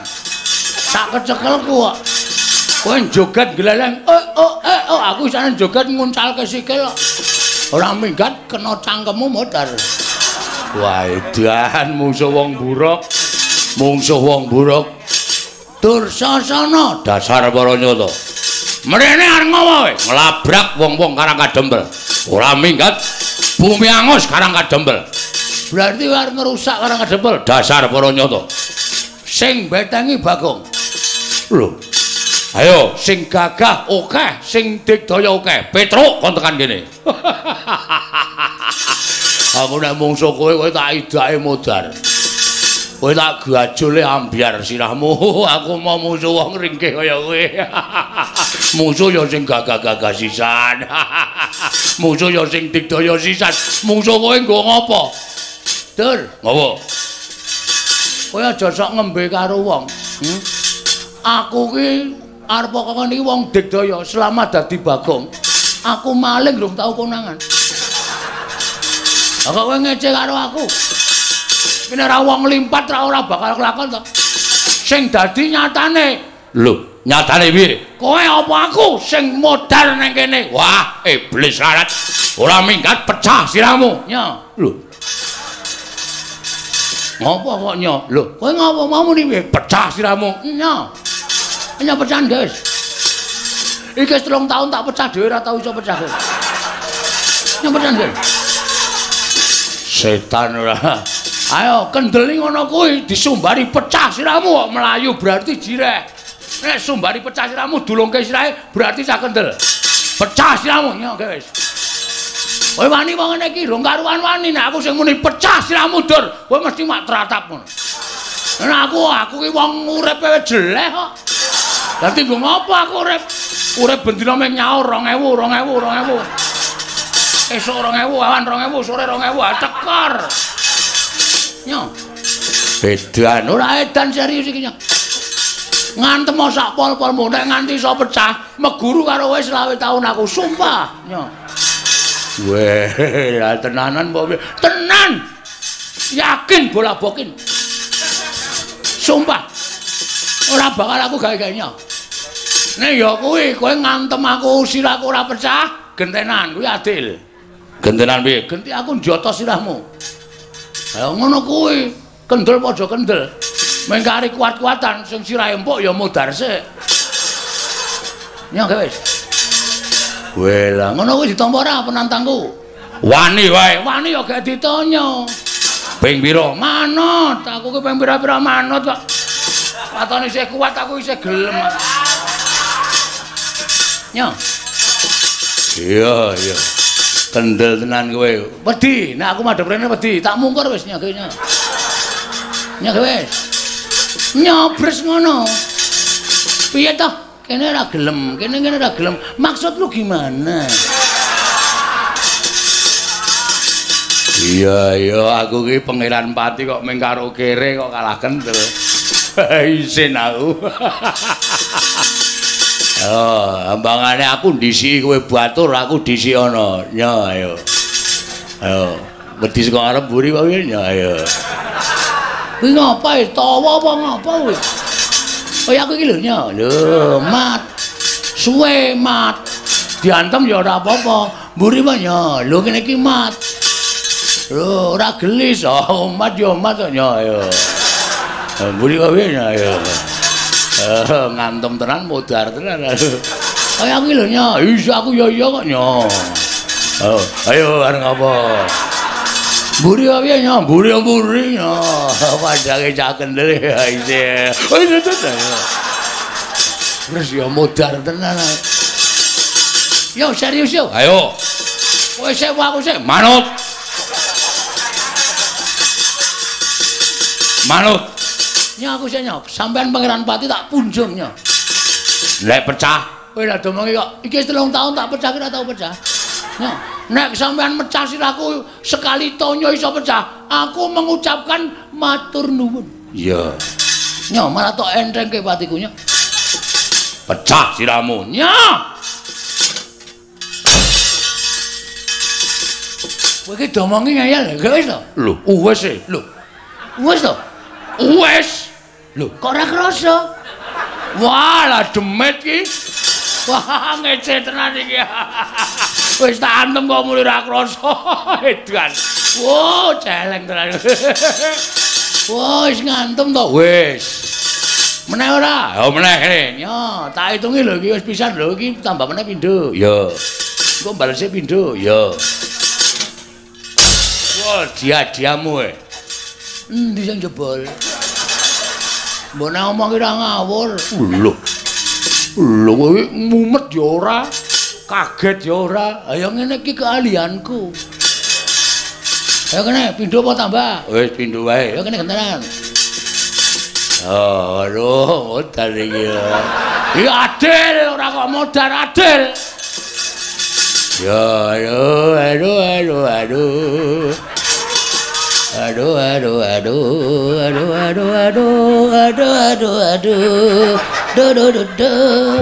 Ora cerewet wae. Gek ngantem aku kaya nyanyi malah. Yo. Bismillah. Yo. Ora kabari sik sadurunge. Yo piye. Wingi bar tak nggo ngantil sirah wedhuse pecah dadi papat. Wah, jangkeme. Tenane asli takono Petro. Ya wis rasa wae. Wis utang loro rasa. Kene. Wah, modar tenan iki. Aduh. Siap.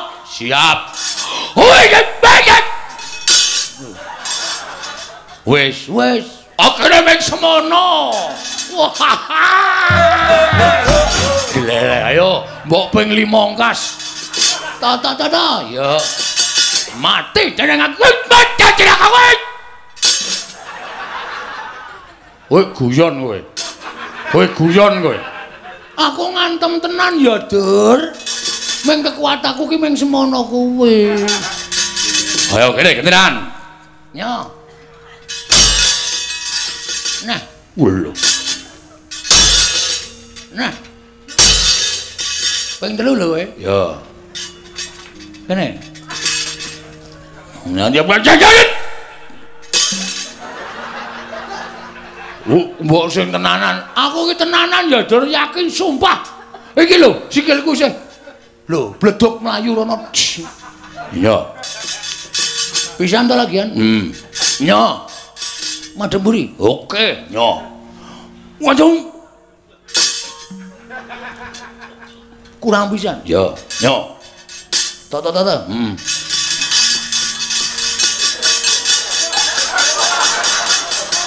Ayo, sak banter-bantermu. Hop!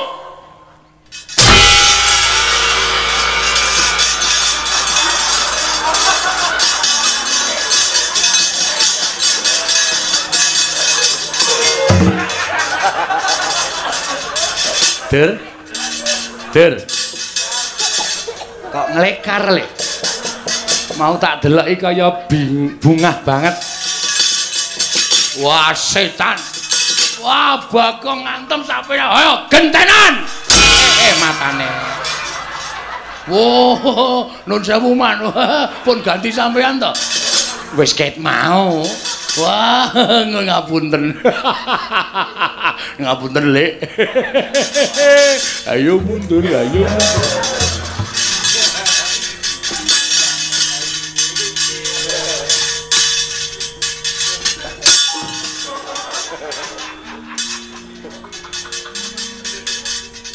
Ngapain kok ngendelik kan? Sing ngetapuke Kurawa sapa? Aku sing ngakon Dirna. Terus sing ngakon ngamuk ning kana kadhepe sapa? Aku. Kowe wong tuwa apa bocah? Wong tuwa bocah semene teneh ndedelke setagen. Nek kowe wong tuwa kudune iso mikir nih. Penyakit kowe. Kurawa tak ketapuke kok ngerampok utawa kok ngrusak karo ngademel iki. Kowe iki patih wong maling. Hah? Patih. Ana patih kudune iso mikir. Iya. Rene. Rene. Ora ana bandem watu kowe. Iya. Iya. Aduh. Kowe ngerti Bagong nek wis nesu apa? Medeni tak omong. Aku nek wis nesu tanggaku geger pitike tak blediki kabeh. Bocah aku mbok udu, Pak bledek kabeh bleh kabeh. Iya. Aku nek wis ngene iki rame mangan wonge kelakoni tak omongi. Iya aku njaluk ngapura. Aku tak bali rana, jadak seneni aku kok tratapan. Aku iki lemah jantung lho, Gang. Ora perdu lemah jantung. Arep lemah lempung sak karepmu. Kowe paham ora? Karangkadempel iki ora duwe salah ora diluput karo negara Ngastina. Durna arep boyong Semar kok wong Karangkadempel dikatutke dosane karo piye? Karepmu piye? Iya. Agawa klugu bareng. Arep tak nggo ngapa? Kapok ora kowe? Kapok. Sadar? Sadar. Aku tak rono ya. Tak rono. Kena rono ning ana syarate. Syarate apa? Kowe nek tak undang sengkune ngono le wangsulan dalem Pak Guru, ngono ya. Ora iki aku isin le, Kang. Aku wegah aku. Aku isin nek ngono kuwi gelem ora? Keprok watu apa semaur? Semaur. Ah, ngono. Wiwiti ya. Ayo lungguh ngisor. Nggih. Sengkune dalem Pak Guru. Kelas piro, Lik? Kelas 3. Ora munggah ping piro?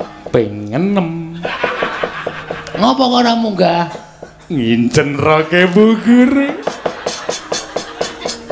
Murid kok nginjen rok? Rok di PP. Kok ketok apane? Jepitane. Edan ora. Wis kono rono. Nggih. Karo nyanyi. Izin gila. Pak Gere. Masa kula nyanyi? Nyanyi ora, nyanyi apa ditonyo? Ditonyo. Anu nyanyi. Wis kono rono. Rembulan ngono. Lagune sing anyar iki lho, lagune si sapa jenenge? Nela Gareng. Nolo Gareng kok Nela Gareng anu. Nela Karisma. Wis ora gawe nyanyi, mentok tak kandhane engko anggere mandek kok buandem watu. Mentok. Mentok ngono ora mentok. Mentok. Iya ta kowe? Notasine sing bener keprowak. Nggih. Mboten hafal. Kudu apa mentok kok. Mentok. Datar. Mentok tak kandhane. Ngono. Mentok tak kandhane. Bebek ganti bebek. Bebek atus sekali ngono wis. Bebek Aduh sekali. Kuwi nggone mentok. Aja dinggoni bebek. Goblok banget. Mentoke kon manggon ngendi? Wis nadane sak karepmu. Bebek, bebek. Anggere meneng bandem watu kowe. Aduh sekali mung nututi sabun wangi-wangi. Eneng kandang wae. Dik Pate. Sadar. Insaf. Sampeyan ki Pate, bebek-bebek. Ngisen-ngisen ki. Pati yang ratu gong Binathara kok ning dalan nyanyi bebek adus kali sampeyan dhewe. Leren mboten? Bebek, bebek adus. Dik Pate. Kula malu lho. Kula isin. Kula lingsem Dik Pate sampeyan niku piyayi luhur wong nomor 2 teng negara Ngastina. Wong sanegara kira nembah sak kabeh karo sampeyan kok bebek-bebek sampeyan ae dhewe. Ampun kaya ngoten ta Dik Pate? Bebek, bebek. Oh, manjan kadang-kadang ngayal. Bebek, bebek. Bagong isa-isa.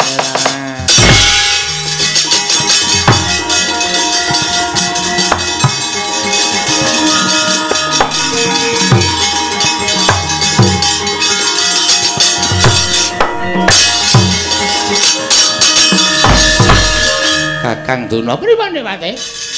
Sengara iso ngalahke Panakawan. Cecak nuntal cagak cebol gayu wulan wuta ngitung lintang tangeh lakone cepak wurunge. Pripun terusan? Nyuwun pambiyantu ning Iwang Pikulun Pandya Betari Durga ontring dandang manguri. Mangga Dik Pate.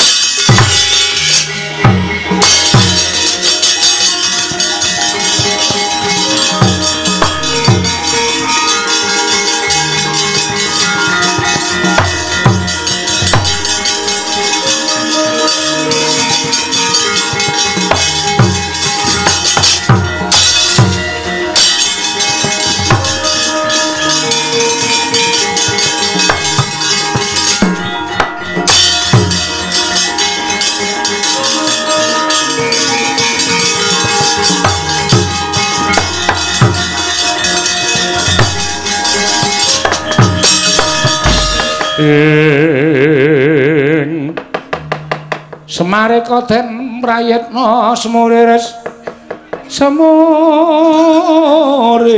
eko balik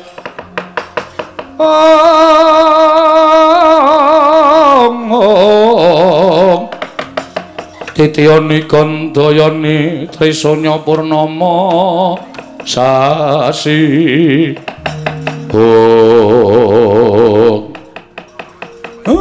Wetro dalem Pak. Barang kadempel wis padhang, nggih. Ning isih ana gawean. Pripun to? Nek Sinuwun Ndarawati pancen aku wis utusan kalawan salah sawijining titah utawa kawula ing Karang Kadempel.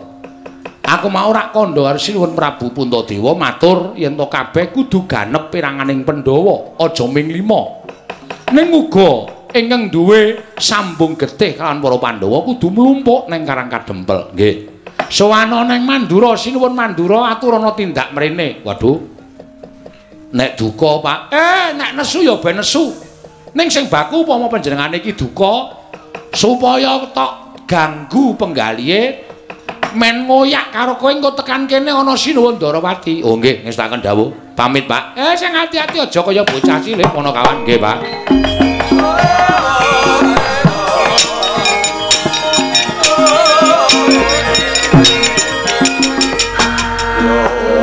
Leng indriya mangu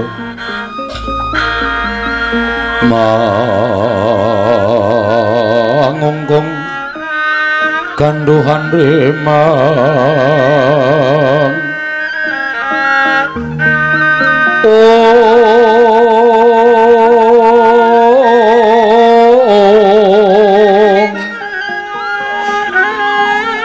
lerlena tanpa kanin yen tan tuso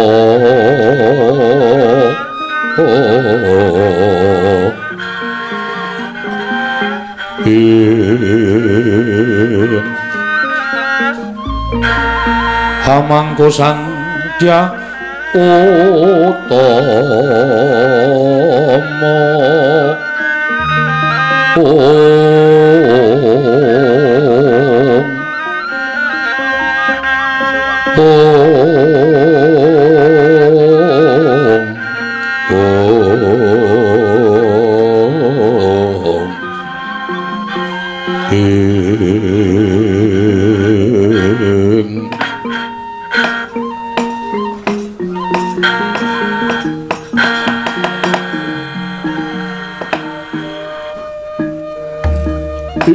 jagat dewa bathul ya jagat pangestu ngoro Prakuta wonten dawuh sinuwun kaget rasamu kowe tak awi nyaket ning Gatru ya Projeng Mandura Gunawalan panampi kula sareng tampi timbalanipun Gusti kula ingkang sinuwun ing Mandura tumunten sak mangke kula cemadung dawuh badhe wonten paridamel menapa diweji Kakang Prakuta wonten timbalan jroning kedaton Mandura isine mung panjenengan ingsun garwaku Yai Dewi Rawati apa dene anakku Wisata lan sira Kakang Patih inggih mula ora ana ingkang dak caketake bisawane kejaba mung Kakang Patih Prakuta kepareng paduka miji dhateng abdipun Prakuta ngene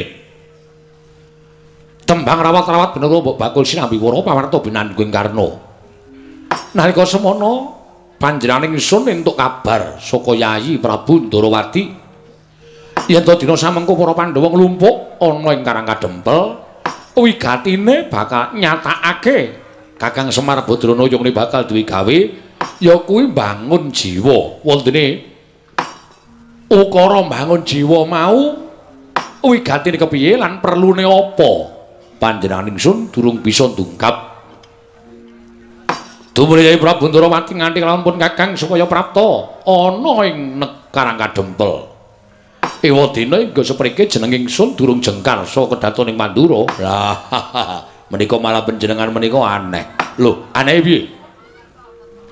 Menawi panjenengan menika badhe priksa menapa ta wigatosipun Kyai Semar anggenipun badhe gadah damel bangun jiwa menika mlambah inggih sampun ngantos nyuwun mriksa dhateng Kakang abdipun Prakuta ning panjenengan menika rawuh wonten ing Karang Kadempel lho.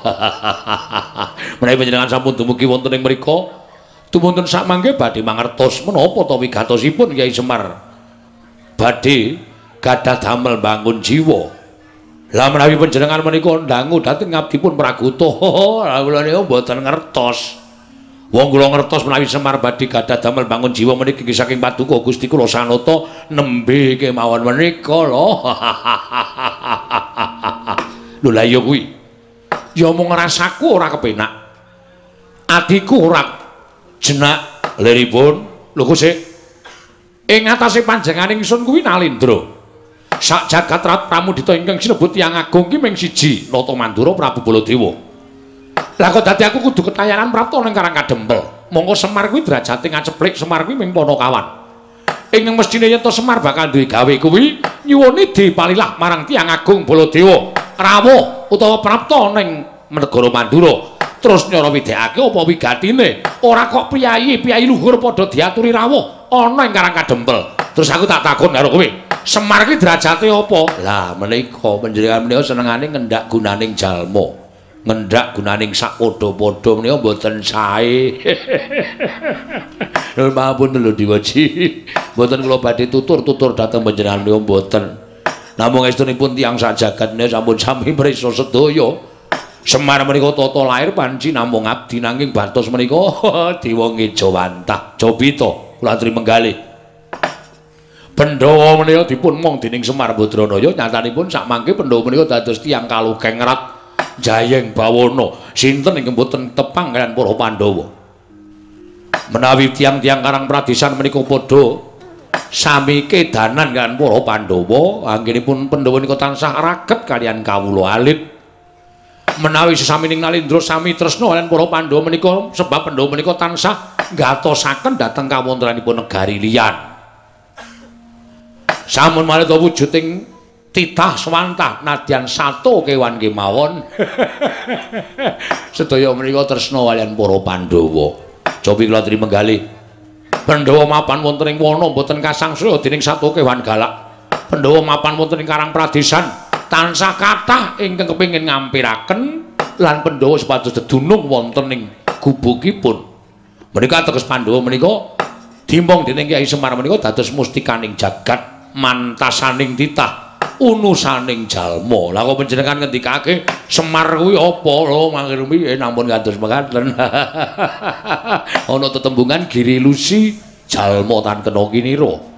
Giri menika gunung Lusi menika cacing kala mangsane cacing menika saged dumugi pucuking gunung. Lah mila tiyang gesang wonten ing alam padhang nika aja sok ngembe blegere ala ning janjane menika nika ya iso duwe pethingan dhewe-dhewe menika saged rasa dadak mejang mulang karo aku. Wose Baladewa ora bakal prapta ning Karang Kadempel. Nadyan Jaya Prabu Ndrawati kadang-kadangku para Pandhawa wis prapta ning Karang Kadempel, nanging aku ora bakal tekan Karang Kadempel. Mbuh, apa sing dikarepake dening Semar Badranaya kuwi dudu perkaraning Baladewa. Kuwi dudu perkaraning Baladewa. Aku gelem nampa pangandikaning Semar, ning Semar sowan ana negara Mandura. Merga derajate Baladewa kuwi yang ditanding karo Semar isih dhuwur derajate Baladewa Pragoto.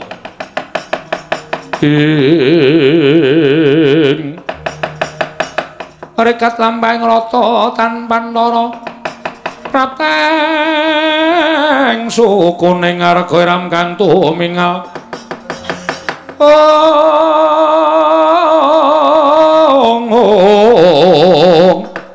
Iram kang tumingal dendeng saengga praja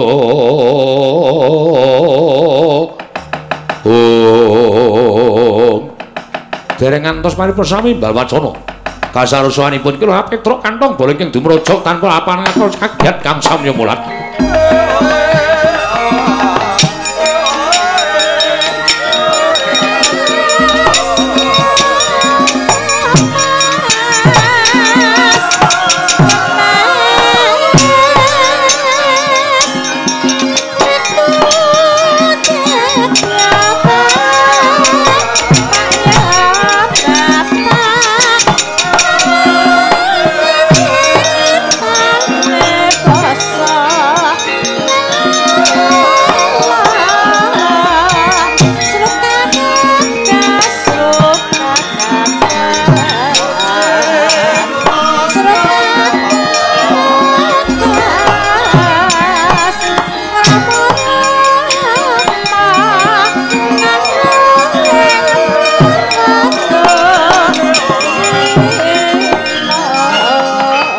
Baladewa stiti nenggalani ora pamuk pamuknya tigang bala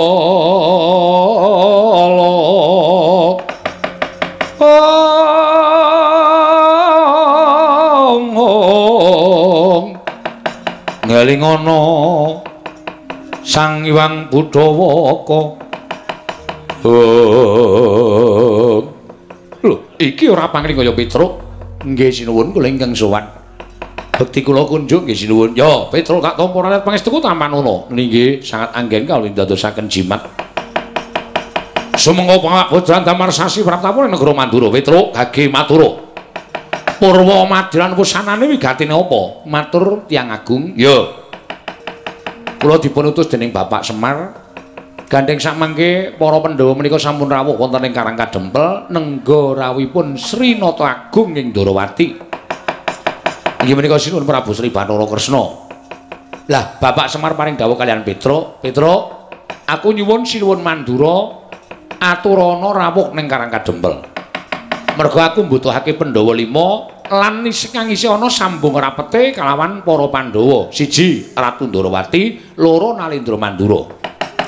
Mila sowan kula sanipun suwun Prabu Tiyang Agung Baladewa menika wonten sukala ing penggalih dinten sakmangke sareng sak lampah kula. Tedhak wonten ing Karang Kadempel samangke mangayu bagya Kyai Semar bapak kula ngenipun badhe gadah damel mbangun jiwa. Mriki sak menika diwaji cekap semanten atur kula mugi parangka enggalih paring dawuh. Samangke kersa sareng kalian lampah kula menapa sinuwun Prabu Mandura badhe nitih Kyai Puspadenta piyambak rawuh wonten ing Karang Kadempel. Mekaten atur kula sinuwun.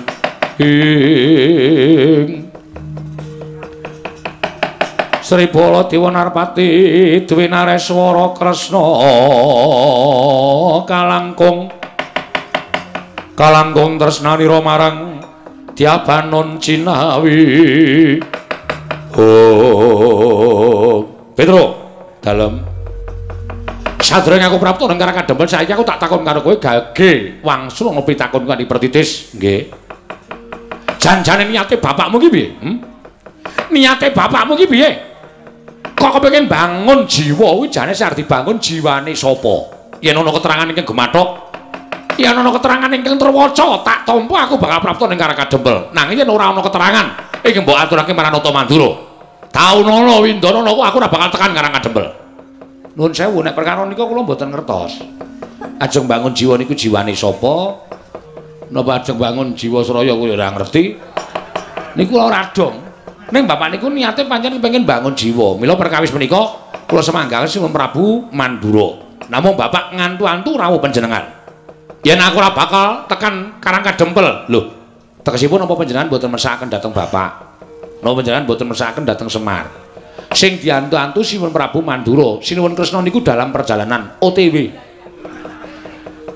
Ngoten. Mangke nek Sinuwun Prabu Mandura menika rawuh mriku, Sinuwun Prabu Ndrawati rawuh mriku niku gampil menggerak panjenengan priksa piyambak. Meniku panjenengan priksa piyambak niate bapak napa kok pengen bangun jiwa ni janjane mengke ajeng diterangke karo bapak dhewe ngoten lho. Mula Kang Soko kuwi tak tetepake iki mau aku lagi matur karo utawa aku lagi paring pangandikan karo Praguta. Nggih. Yen bapakmu ora menehi keterangan ingkang gumathok, aku ora bakal tekan Karang Kadempel. Oh nggih mboten apa-apa, mboten apa-apa. Nek ngoten panjenengan sampun balak napa sing didhawuhke bapak. Mboten apa-apa. Kula ya ora arep meksa. Wong gunane apa kula maksa panjenengan ora gelem kok dipeksa. Ibarate kaya wong undang-undang genduren lho niki. Nek sampean gelem rawuh ya matur nuwun, ora ya ora apa-apa, ora mengaruhi apa-apa. Ngoten. Nek pancen mboten nggih mboten dados menapa. Ning mengke kula tak matur bapak. Dasar ana alasane Sinuwun Prabu Mandura mboten kersa rawuh wonten Karang Kadempel niku perkarane napa kula tak matur bapak. Ngoten. Dipun cekapke semanten mawon. Kula nyuwun pamit tambahi pangestu. Kula tak wangsul teng Karang Kadempel. Ngoten.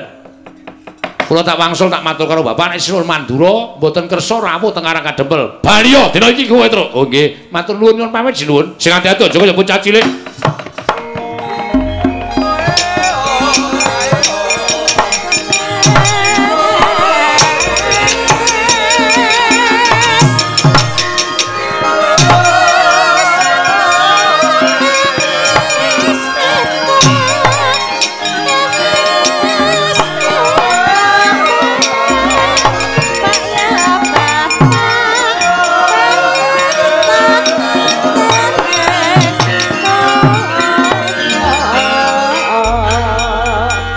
Nuwun sewu.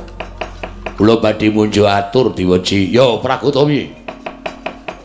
Kula menika sareng nyumurupi dhateng kawontenan kados mekaten menika kok manah kula tumunten gelo. Lho, gelo piye?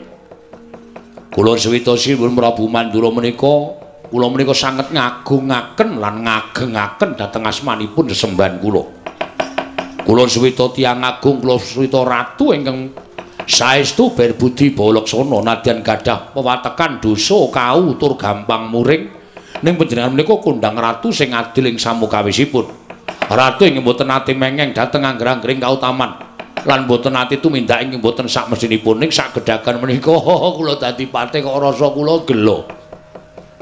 Kusino gelamu nang endi? Ha ngene iki wau. Kilura Petruk rawuh. Namung nyara wedhaken sarta munjuk atur menawi panjenengan katuran rawuh wonten ing Karang Kadempel. Nek kok sugal panjenengan paring pangandikan. Panjenengan paring dawuh kalian Petro. Petro, nek bapakmu ora ngandhakake apa to wigatine nggone bakal bangun jiwa. Aku ora bakal tekan Karangkadempel Taunono Windonono. Aku ora bakal tekan Karangkadempel. Lho, mangke rumin to sinuwun. Nuwun sewu panjenengan iki sajae kaya ngembe banget karo Semar Badranaya, luwe-luwe karo Petro. Petro niku nuwun sewu mbok panjenengan nggih kemutan duk nalika wonten kraman. Inggih menika Raden Basuwara Kangsa. Petro wonten ing Widara Kandhang menika nggih tumut momong jengandika. Semar wonten Widara Kandhang menika nggih tumut momong jengandika. Lah kok panjenengan lajeng gadhahi pambekan ing kados mekaten menika. Nuwun sewu. Petro mundur kanthi lega. Nuwun sewu pasuryanipun utawa praupane Petro menika mboten kaya kuciwa, mboten kaya gelo ning ati mesti rada cuwa. Merga Petro mangendikani sing kaya ngoten Diwaji, mbok ampun kados mekaten to sinuwun. Monggo to dinten samangke kula dherekaken supados panjenengan prapta utawi rawuh wonten ing Karangkadempel. Samangke supados nekseni kemawon niku abote sepira to? Nekseni niku abote sepira cobi? Nek ditanding karo Panakawan ngene momong sampeyan teng Widara Kandhang sikil dienggo sirah-sirah dienggo sikil. Saniki diaturi rawuh wonten Karangkadempel. Mongko sing nyuwun panjenengan rawuh teng Karangkadempel niku Semar. Lah kok panjenengan anggenipun paring dawuh kados mekaten menika, wah lah kok ngilang-ilangke le dadi tiyang agung Baladewa lho ya.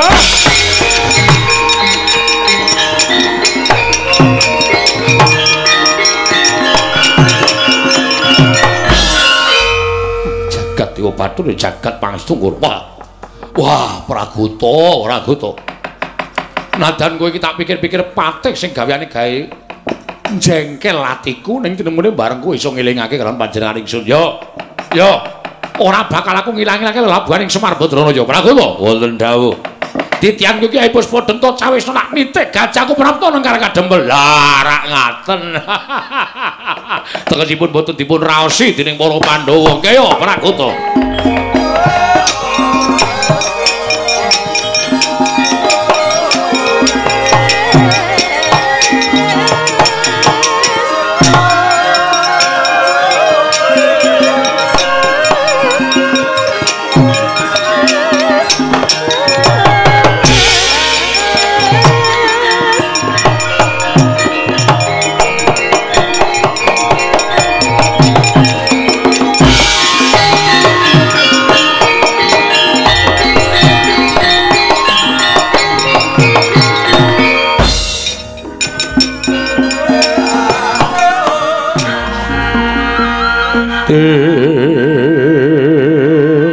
Non ler kekonang surem sara tetan padhang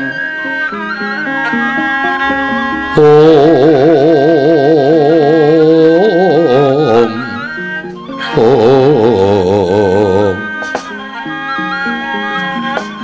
Kakang Narada Kakang Resi Kanika Putra apunapi Adi Guru marmanipun rika lenggan sak mangke Kakang kula timbali supados rawuh wonten ing Bali Marti Unda krana badhe wonten atur ingkang badhe kula njageng sanipun Kakang Narada bab menapa inggih menika muganipun Semar Badranaya inggih pun Kakang Ismaya anggenipun kepengin bangun jiwa wonten ing negari Ngamarta satemakarya gara-garaning Kayiwangan menika Kakang lajeng kersanipun kados pundi menapa Kakang Semar dipun nepataken menawi Kakang Ismaya dipun nepataken lepatipun wonten pundi wong nyatanipun piyambakipun menika boten ganggu gawe dhateng kawontenanipun Paduka Adi Pramesti Bathara Guru tata lair boten ganggu kalian kula nanging batos sampun ganggu dhateng adeking kanalindran kula leripun krana hawa panas ingkang sumundul ing ngawiyat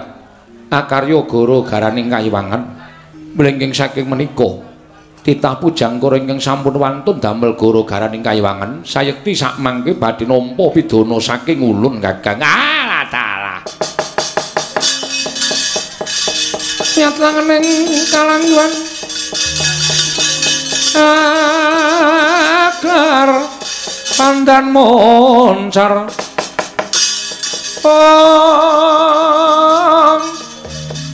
tinon ler kekonang surem sara tetan padhang kasolan pajaring purnama ing gegono dasare mangsa katiga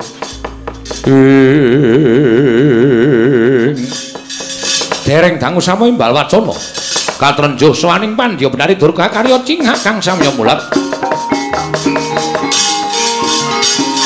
pandhita kang ngarewang sepindha kondang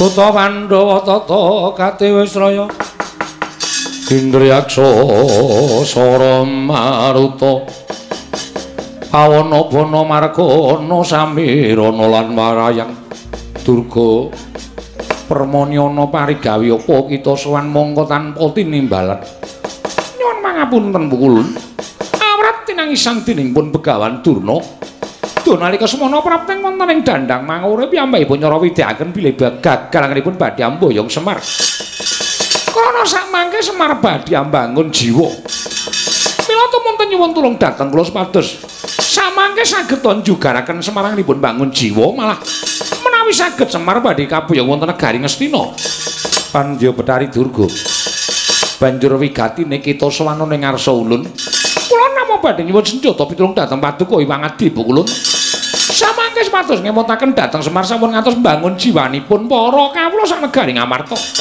Pukulun jagat menika kedadel wonten ala wonten becik ana padang ana peteng. Menawi mangke titah sak negari Ngamarta menika dipun damel padang sedayanipun ngayanipun Semar Badranaya. Lajeng menapa pedamelan kula Pukulun latri penggalih dhateng kula Pukulun.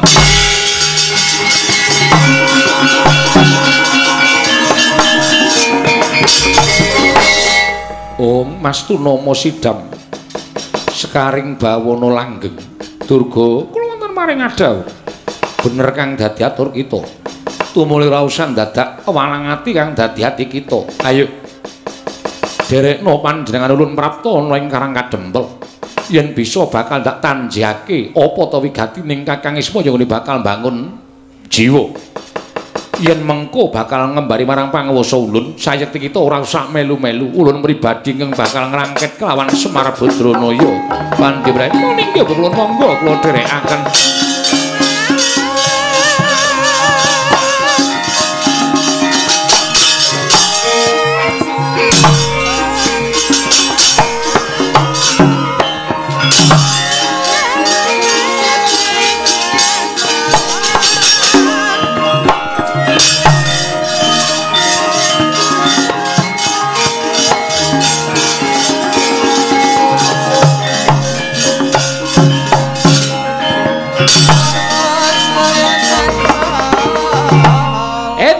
wonten dawuh.